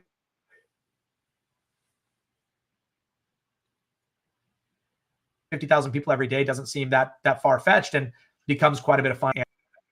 All right, so here is $2 million ideas, and combined they equal $3 million idea. One, create a frame so that verified creators can launch a collection via Farcaster. Okay, we are talking about it with Blinks, but Farcaster would be another insane distribution channel that mint on LastMint and interface through something else. Love it. Because like you can do it via frame, and then it could be posted via, like, it could go through like Zora, and people could see it happening on chain via Zora. And then I could make a call and, maybe introduce you to someone, like, I don't know. There's this stupid thing right now called Base App. I don't know. It might be something, might be nothing. Probably nothing. Probably nothing. Yeah. Who's the team behind it? I don't know. They're like a blue square. Champions. I love blue. Yeah. But no, like there's different ways you could do that. Where so what's another $1 million idea? We had the Farcaster. Do it with via Farcaster, because then it's instantly viral. Viral within the like this is like Honeyland was made for Web 2, Web 3 bridging. This was made for Web 3, and you're not trying to sell it as like this is going to onboard the next billion people into crypto. This is for the people that are here to have some fun. Well, check this out. Bonk Fun. That is not a Bonk tool. They use the Radium Launch Labs system. It's just it's an interface is all it is. It's a distribution channel for Launch Labs, and Launch Labs is a huge winner in that. But now Launch Labs doesn't have to pull people in. People just go to Bonk Fun, and that's where the people are. They're using all that technology, and that's kind of what the Farcaster would do. Is it gives us entirely new distribution channels, so people don't have to come to us. They just go where they're already going. And I know that people are going to Bonk Fun. They weren't going there before the meme coin launcher. So this is even more seamless, where if they're already on Twitter and they're already on Farcaster, can we push these collections to where any creator can say, come mint my shit right here? You don't even have to go to the LastMint platform, but it's doing it all on LastMint. I think is brilliant. Yeah.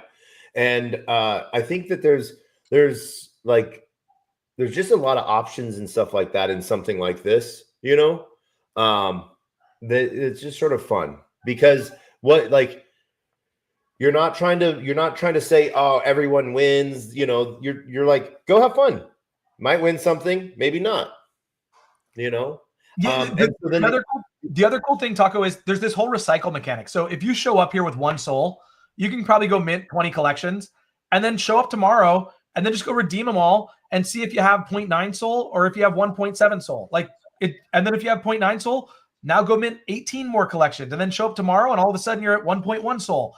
And then you can go mint and so it's like there's this whole recycle mechanic to it that because there's no such thing as a loser. There is no loser. And so you can mint. And then what I found is this is where I start to lose my soul, is that I mint shit just for the scratcher of it. And then I'm not the last minter. I'm not a runner up. My redemption value isn't all that high on it. And I'm like, I kind of like this art. Maybe this artist is going to be somebody big someday and I'll just hang on to this. And so I end up hanging on to shit that I never intended to hang on to because I just kind of like the art. And there's this kind of, rookie card mentality to it that did I just get a rookie card of somebody who's going to be worth a lot of money in the future or not, and I think there's something fun to that. Yeah. I have, let's see here. I have a very, what is it? Why are you? All right. You're just being weird. Live demo, man. Yeah. No, I don't want you to use Magic Eden. I want you to use Phantom. All right. Conformity, confirm. All right. Profile. Why am I getting a 404? They do apologize. They're very polite. They're like, we're sorry. Doesn't look like they're loading anything. Oh, there we go. All right now. Look at that. Taproot Wizards. They making a comeback. 0.221. Jesus Christ. Yep. Nakamigos. You heard the Nakamigos thing, right? No. I have a few Nakamigo knockoffs, but no Nakamigos. But player 2 is up right now. Well, we need player 1. I heard that they didn't call it player 1 for a specific reason. They were afraid that you were going to sue them? They didn't want to be associated with me. No, they don't want to compete with you. Brand confusion. Yeah. You heard the whole Nakamigos thing, right? Did you hear that whole story? I assume. What? The Nakamigos thing that happened over the weekend? No, what happened? People said that Nakamigos were the original CryptoPunks, and it was obviously a big joke, but all of a sudden the Nakamigos 5x or 10x almost immediately because of that stupid tweet. And then he was like, guys, that was a joke, get the full story here at I'mAfuckingidiot.com. And that domain had an apostrophe in it. Well, then the Spencer, I think it's Spencer, the new CEO of Moonbirds, went and bought the domain I'mAfuckingidiot.com and then routed it to Moonbirds, and then Moonbirds pumped even more. Moonbirds had already pumped before that, but Moonbirds started to pump from that as well. And then Nakamigos kind of came back down to the full, to more of a normal range. And so anyways, just, it just goes unmissed in normal Web3 drama. I hope I got that story right. If somebody's listening and is like, Corey, you got this wrong. I may have got it somewhat wrong. I don't obsess over these stories, but that's what I can pull from that story. It's kind of fun. I don't know why the heck is going on. You gotta try and show me. You have too many NFTs. That's why. I do. That's what I was trying to showcase. What site can I go to? I can go to Slime. There we go. Soul Incinerator. I love them. Yeah, NFTs. I have worms. Way too. Yeah. And that's not even all of them. Okay, I have a question. Are these NFTs from LastMint, are they CNFTs or are they regular? Okay. Yeah. So I can go burn them for the recovery. Yep, Metaplex Core. Yes. All right. Metaplex, are they pre-compressed? No, they're Metaplex Core. They're full core standard NFTs. Do everything with them that you can do with any other NFT. In fact, they're programmable too. They have plugins that we could add if we needed to. A lot of cool things that we can do with Metaplex Core standard or the core NFTs. We had Metaplex on, and I had a live stream with Sharko earlier this week, and we were talking about some stuff, and I was like, the old Metaplex token standard, the original Metaplex token standard is kind of like a big desktop computer. It's big, it does everything you need it to, but it's just kind of like bulky and clunky. And then Metaplex Core, or I'll go to CNFTs because those came next. Those are kind of like Raspberry Pis, where they're very cheap. They're very they don't have all the functionality that you need for like a real computer, but they serve a very specific, cheap, durable, like mint a million of them purpose. And then you have Core, which is like just building a beautiful MacBook now. It's got all the power of everything you would need from a desktop computer, but just packed into a really, really small, efficient package. And they worked really hard to build that. And it was huge. I'll tell you, with Honeyland, so there's about 100 million, there's a little over 100 million NFTs on the Solana blockchain, I believe. We at Honeyland have minted over 500,000 NFTs through our players have minted through the game. And so we're literally responsible for over 0.5% of the entire total supply of NFTs on the Solana blockchain ever, which is really cool. But going from that big clunky desktop to that laptop is one of the things that's allowed Honeyland to continue to survive. And had they not built Core, the cost of minting an NFT at $5 or $6 a piece just could not have been sustainable. And so I'm grateful for them to launch Core. I think what they did for CNFTs has, two sides of a coin. The easy distribution, compressed NFTs, all that stuff is really cool. But obviously the ability to spam the shit out of people and is not all that cool. And so, but that's the beauty of a decentralized internet. Like, take care of your own hygiene and security, and let all the other rad stuff happen around you. No, and it's been an interesting piece to sort of see the growth of CNFTs, from the scam side. But then, like, I remember when CNFTs first launched, there was Underdog Protocol used CNFTs. They did a mass airdrop of that little wiener dog. And they were, I don't know if you remember this, Gary wants your coins. Okay. Gary Gensler was making the news and stuff like that. And so they airdropped and dusted everyone to showcase their protocol on airdropping and their minting tool and stuff like that. And then we saw Drip eventually adopt CNFTs as well, but it was sort of interesting to watch. One of the really cool things that we saw for a second there was we saw like all of my little gold monkey statues and stuff like that. I got those from back in the day. And I do have to correct myself. The Solana Hacker House I'm talking about was in 2023.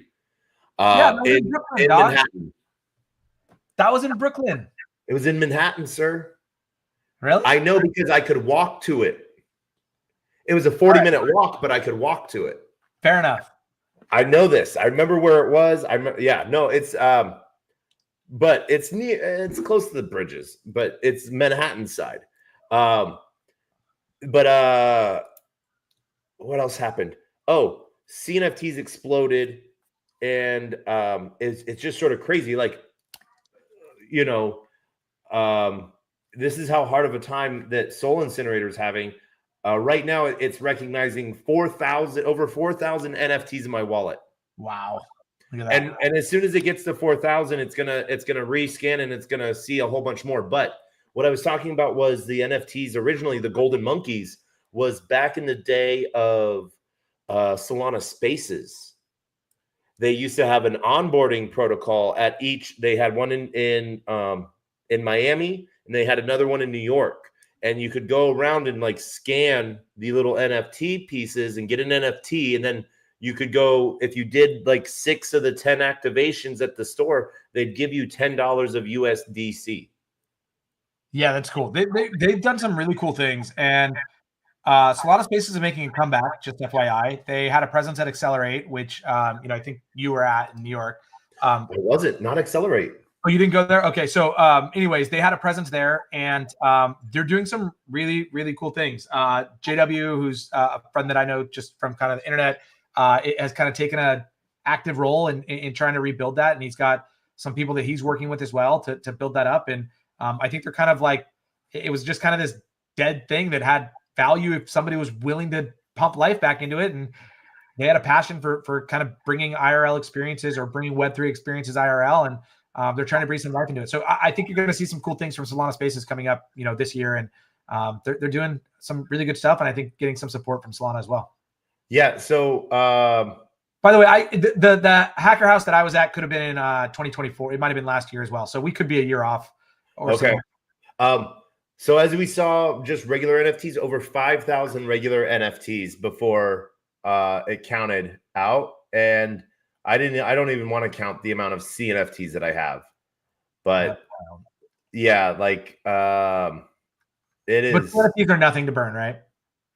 Yeah, and they actually sometimes cost a little soul because you have to go into the Merkle route and to find the path for them, and then be able to delete it from there. So but like I could scroll for days, and I'm just probably way too many. But I do break a lot of wallets, and I break a lot of UI with my wallet.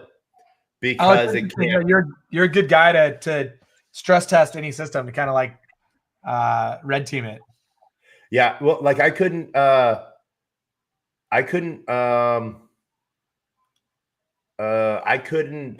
use Jupiter Wallet for like the first 4 months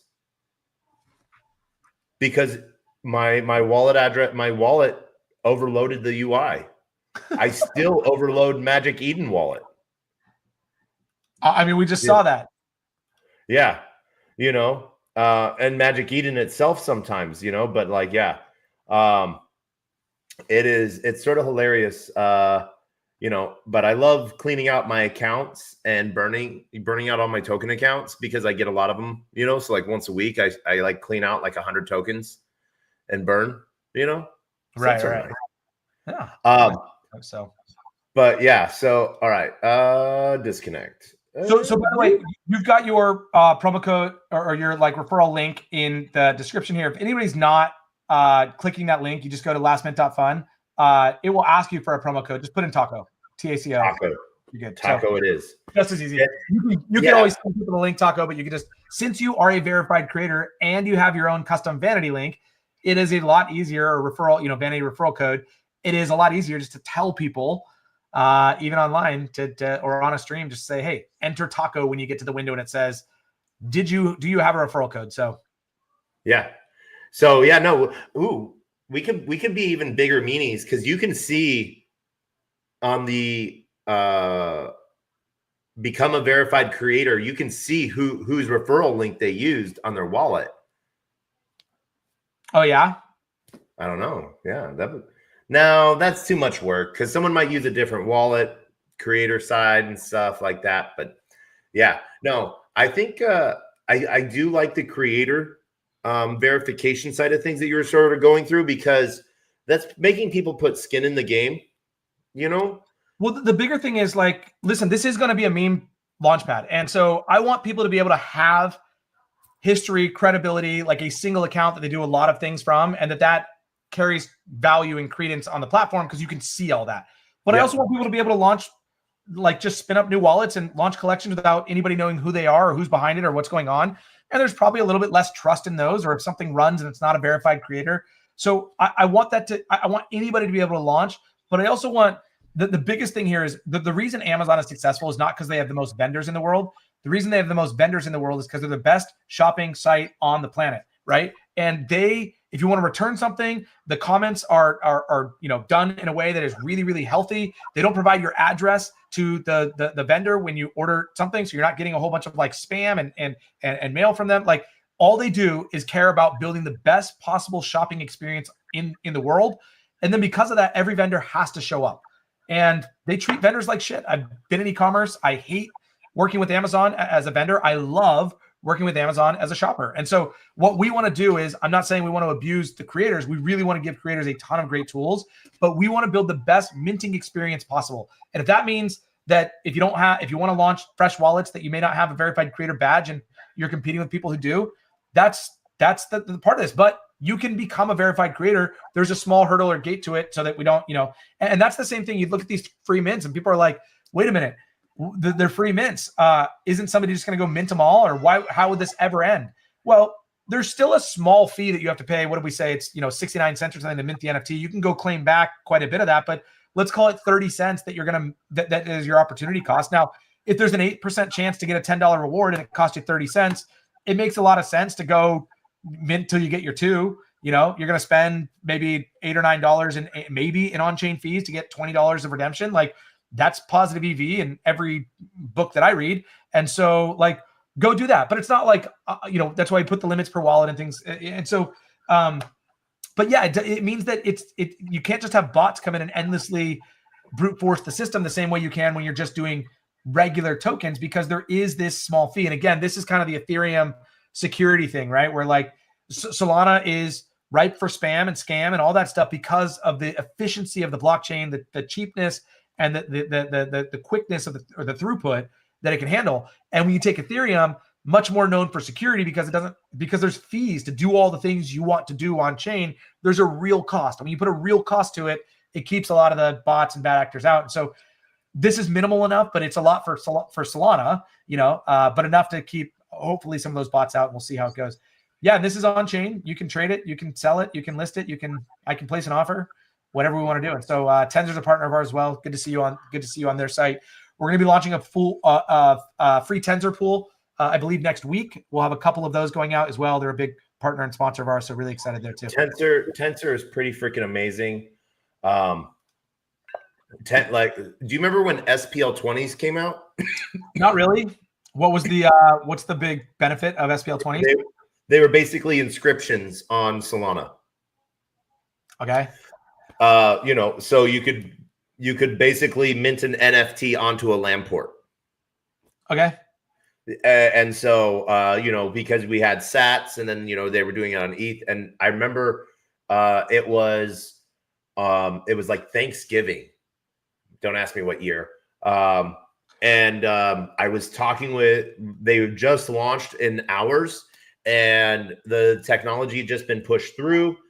And I was getting ready to launch, Chartfu had just launched a collection.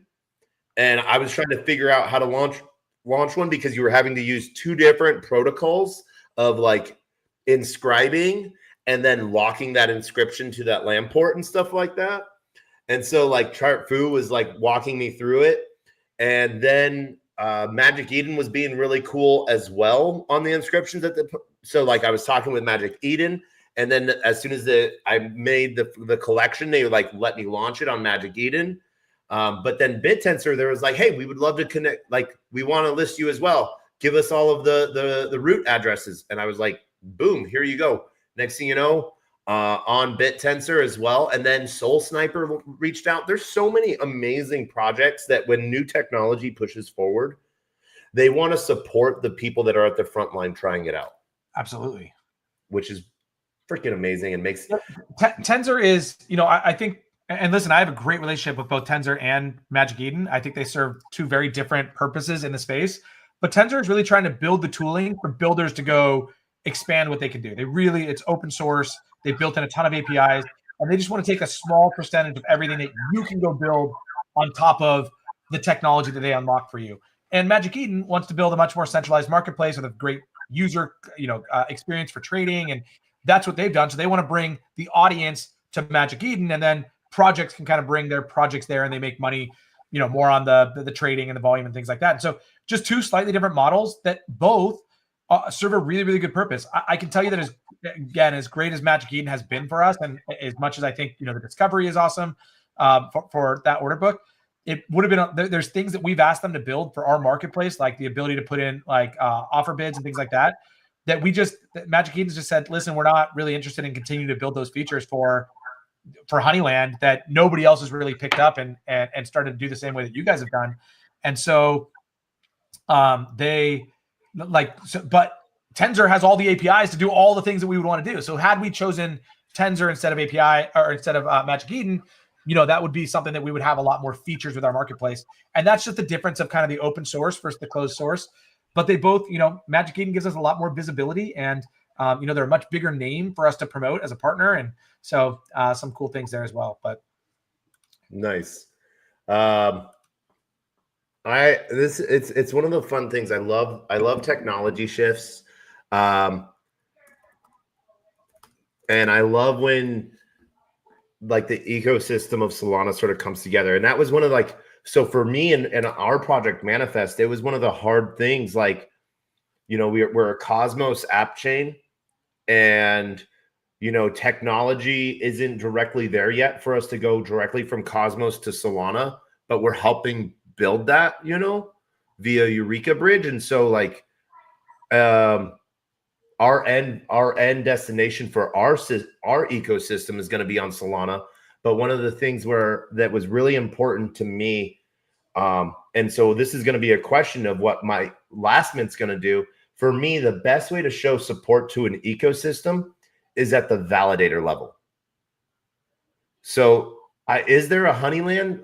Was there a Honeyland validator? No, this is, if I just had to say, one of the, I think, missed opportunities and just a kind of a blind spot or weakness of me as a founder of a Web3 project. I think looking into some of those kind of hidden revenue opportunities and just kind of project stability and support, the idea of investing in validators. I think some of the ways that we created our liquidity pairs, we missed out on the whole bull run because the only pair we had was the USDC. We just never really put any liquidity pools in place where we were making a significant volume on the trading fees. There was just a lot of little missed opportunities that we had that, if I knew more, or I shouldn't even say if I knew more, because I don't think that's the area that I can kind of go become an expert in. I think I needed to have people around me who are a little bit more knowledgeable in that space. And so this time around, I'm trying to do it. I'm trying to not do as much anything with token. I really want it to be, a platform that's more based on revenues and other people's tokens than trying to launch my own and make that pump. And so, creating currencies that people can mint collections in and provide real utility. I mean, we'll talk about Honeyland, obviously, when we talk about some of the whitelisted native platform currencies, of course, why would HXD not be a native platform currency? It may not be the biggest currency in the world, but it's one that means a shit ton to me. And I would love to be able to see collections minted in HXD. And I think I've got a good community at Honeyland that, is willing to is interested at least in what I'm building, and, loves to support from any way that they can. And so if I can support the project back, I think it's really cool. And so, I don't know where we started on that or where I started on that tangent, but validators, creating a validator. Oh, right. LastMint validator. Yeah. I could definitely see, and we've got to figure out the best use of funds early on, probably not buying a validator as opposed to going and buying, marketing to bring awareness and that can generate revenues that can really easily allow us to go fund a validator in the near future. But yes, I think those are some of the hidden opportunities that the smartest projects were really taking advantage of. And I think I was not living enough in the DeFi and fully decentralized blockchain world that is far more focused on Honeyland the project than some of the really cool things that Web3 has to offer in terms of managing and monetizing a treasury and things like that. And so I think we'll be very intentional and different about it this time. But yeah, I think you're absolutely right. Validator is a really cool way to support the ecosystem and to provide some stability for the project as well. Yeah. I might have a solution there for you on that. What's really hilarious though, and so there, what I just like, I like to like notice. I love noticing when Big Brother's watching. All right, I don't follow anything soccer or football on and Twitter. You just minted the Man U, and then we mentioned it on the stream. We mentioned it on the stream, and now it is showing up in who to follow. That is wild. Let's see if I get it too. Oh, Man U, specifically Manchester United. What the hell? Yeah. So that is sort of hilarious on that. I got Luchador, Relation Labs, and See Me No More.hl. So okay, those are my suggested. Yeah, maybe you might, if you look on your phone, because that's where you're at with it. But it's sort of interesting. Yeah, I will. Yeah, my phone obviously I threw away in the bedroom, but yeah, I will go check it out. No, and so one of the funny things is just so. But one of the things that I sort of noticed, one, I'll be tagging one of the virtual projects that I got to, like, I bullied them to come show up at a conference. I called them on Twitter, and I was standing next to the team that put on Rare Evo, the conference that just happened in Vegas. And I was like, hey, Virtuals has a booth here. You're a Virtuals project. You should get here. And they're like, oh, we're like 4 hours away, drive and stuff like that. 5 hours. My mom's here. And I was like, look, I'm standing next to one of the event organizer founders of Rare Evo. And I'm going to tell him that he has to tell you to come. And so I literally told one of the founders of Rare Evo, I was like, you need to tell this project that they need to come and that you're going to give them a ticket to do so. And he was like, okay. And so huge shout out to Lurky and Lurky app, but they do this really cool, like, any space that's recorded, you can tag Lurky Reverb, and it will give you a whole synopsis and breakdown of that space. Oh, that's cool. And then it gives you like a mindshare map on their site. We're really big on this SocialFi stuff, and just providing a lot of infra on the back end. And so I just love watching this stuff grow, man. It's front line, It is awesome. And Taco, I know we're getting close to kind of wrapping here. I just want to thank you. You've been such a cool supporter in the space. It's fun to see you speak on stage at ETH Denver. It's been cool to be at some of your events. It's been cool to just have conversations with you, to learn about everything you're doing with Manifest AI and how cool that is. And just your support. I mean, how easy it was to get on this stream with you. And you said, hey, let's do it. We did a Honeyland one, a couple months back. You're just a breath of fresh air in this space. And I know that there's a lot of people like you who want to do good and want to support. There's also, a lot of the other side. And so it's really refreshing when, you find people like you who are just good for the space in general. And so I just want to thank you for doing that, Taco. Thank you. When you don't know what to say thank you. I've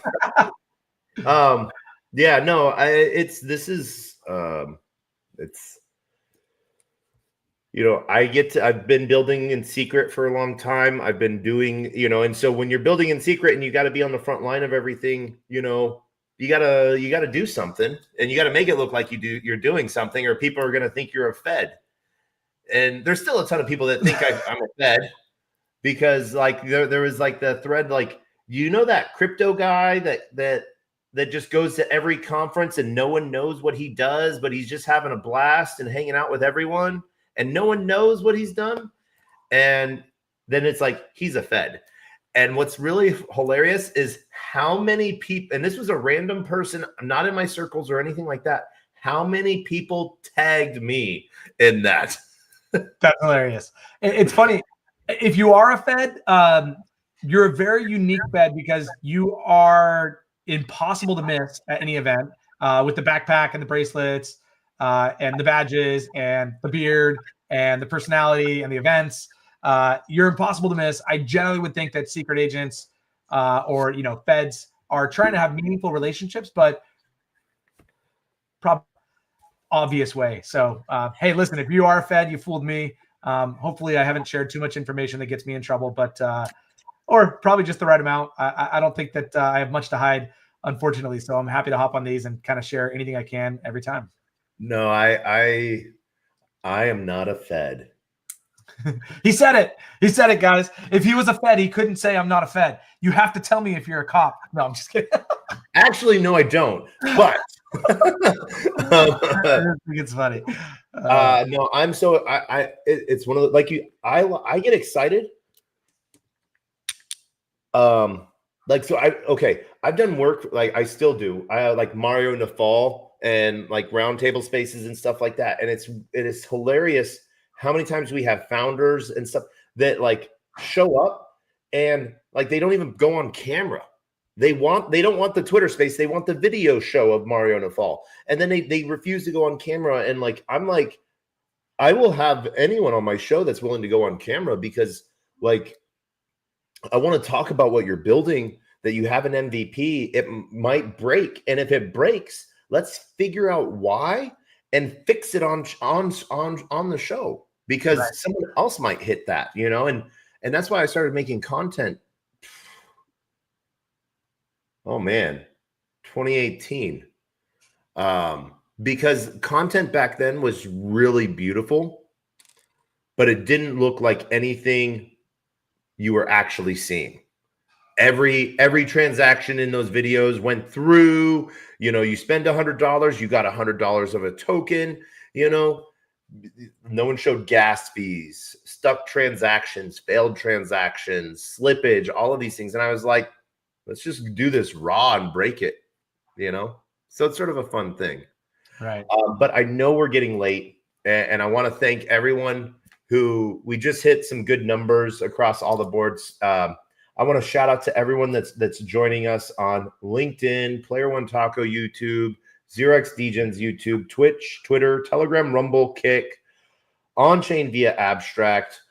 Shout out to Finn and Logan and the entire Abstract team at Rare Evo. Thank you for eventually going to verify me as a verified streamer on Abstract, since I've been streaming since like day 2.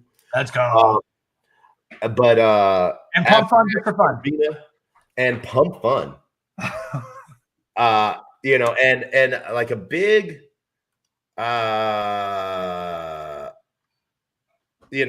shout out to the people that thought that this was a recording. I don't know what to do to prove to you that it's not. I don't have a watch here. You would say that's fake too. So okay, I'm not even going to deal with you. But Corey, this show ends in a specific way. You've been here for it before. You get to be here for it again. This show ends the same way every time, with the greatest, worst knock-knock joke on the face of the planet and words of wisdom. So, 10 seconds, final thoughts and words of wisdom. Man, Web3 is supposed to be fun. And I think we focus a lot on regret, and it fills us with, all these things that like we should have bought more, we should have sold sooner, we should have done this, we shouldn't have bought that. Have fun with Web3 and let's just make it fun. And let's try and obviously make a lot of money, and let's try and do all those things. But at the end of the day, let's try and just, understand what you're getting in for. And I think that's ultimately my vision, is to make Web3 fun and have some financial opportunity as well. But certainly, I want to put fun at the front. And so I hope you guys enjoy kind of what we're doing there and take a similar mentality. Definitely. And my words of wisdom are always the same.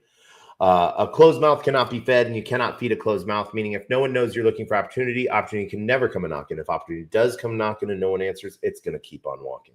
With that, I want to thank everyone for joining us for TacoBytes, your daily bite of Degen, episode number 970.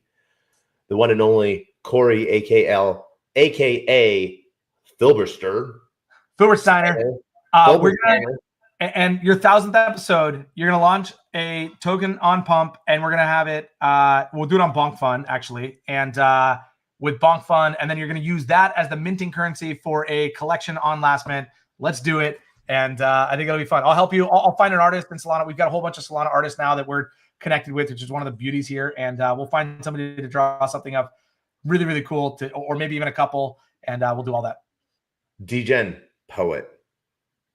Yes. Yes. I love him so much. But yeah, and with that, we end with the greatest worst knock joke on the face of the planet. Corey, I think you know how this goes, but knock. Who's there?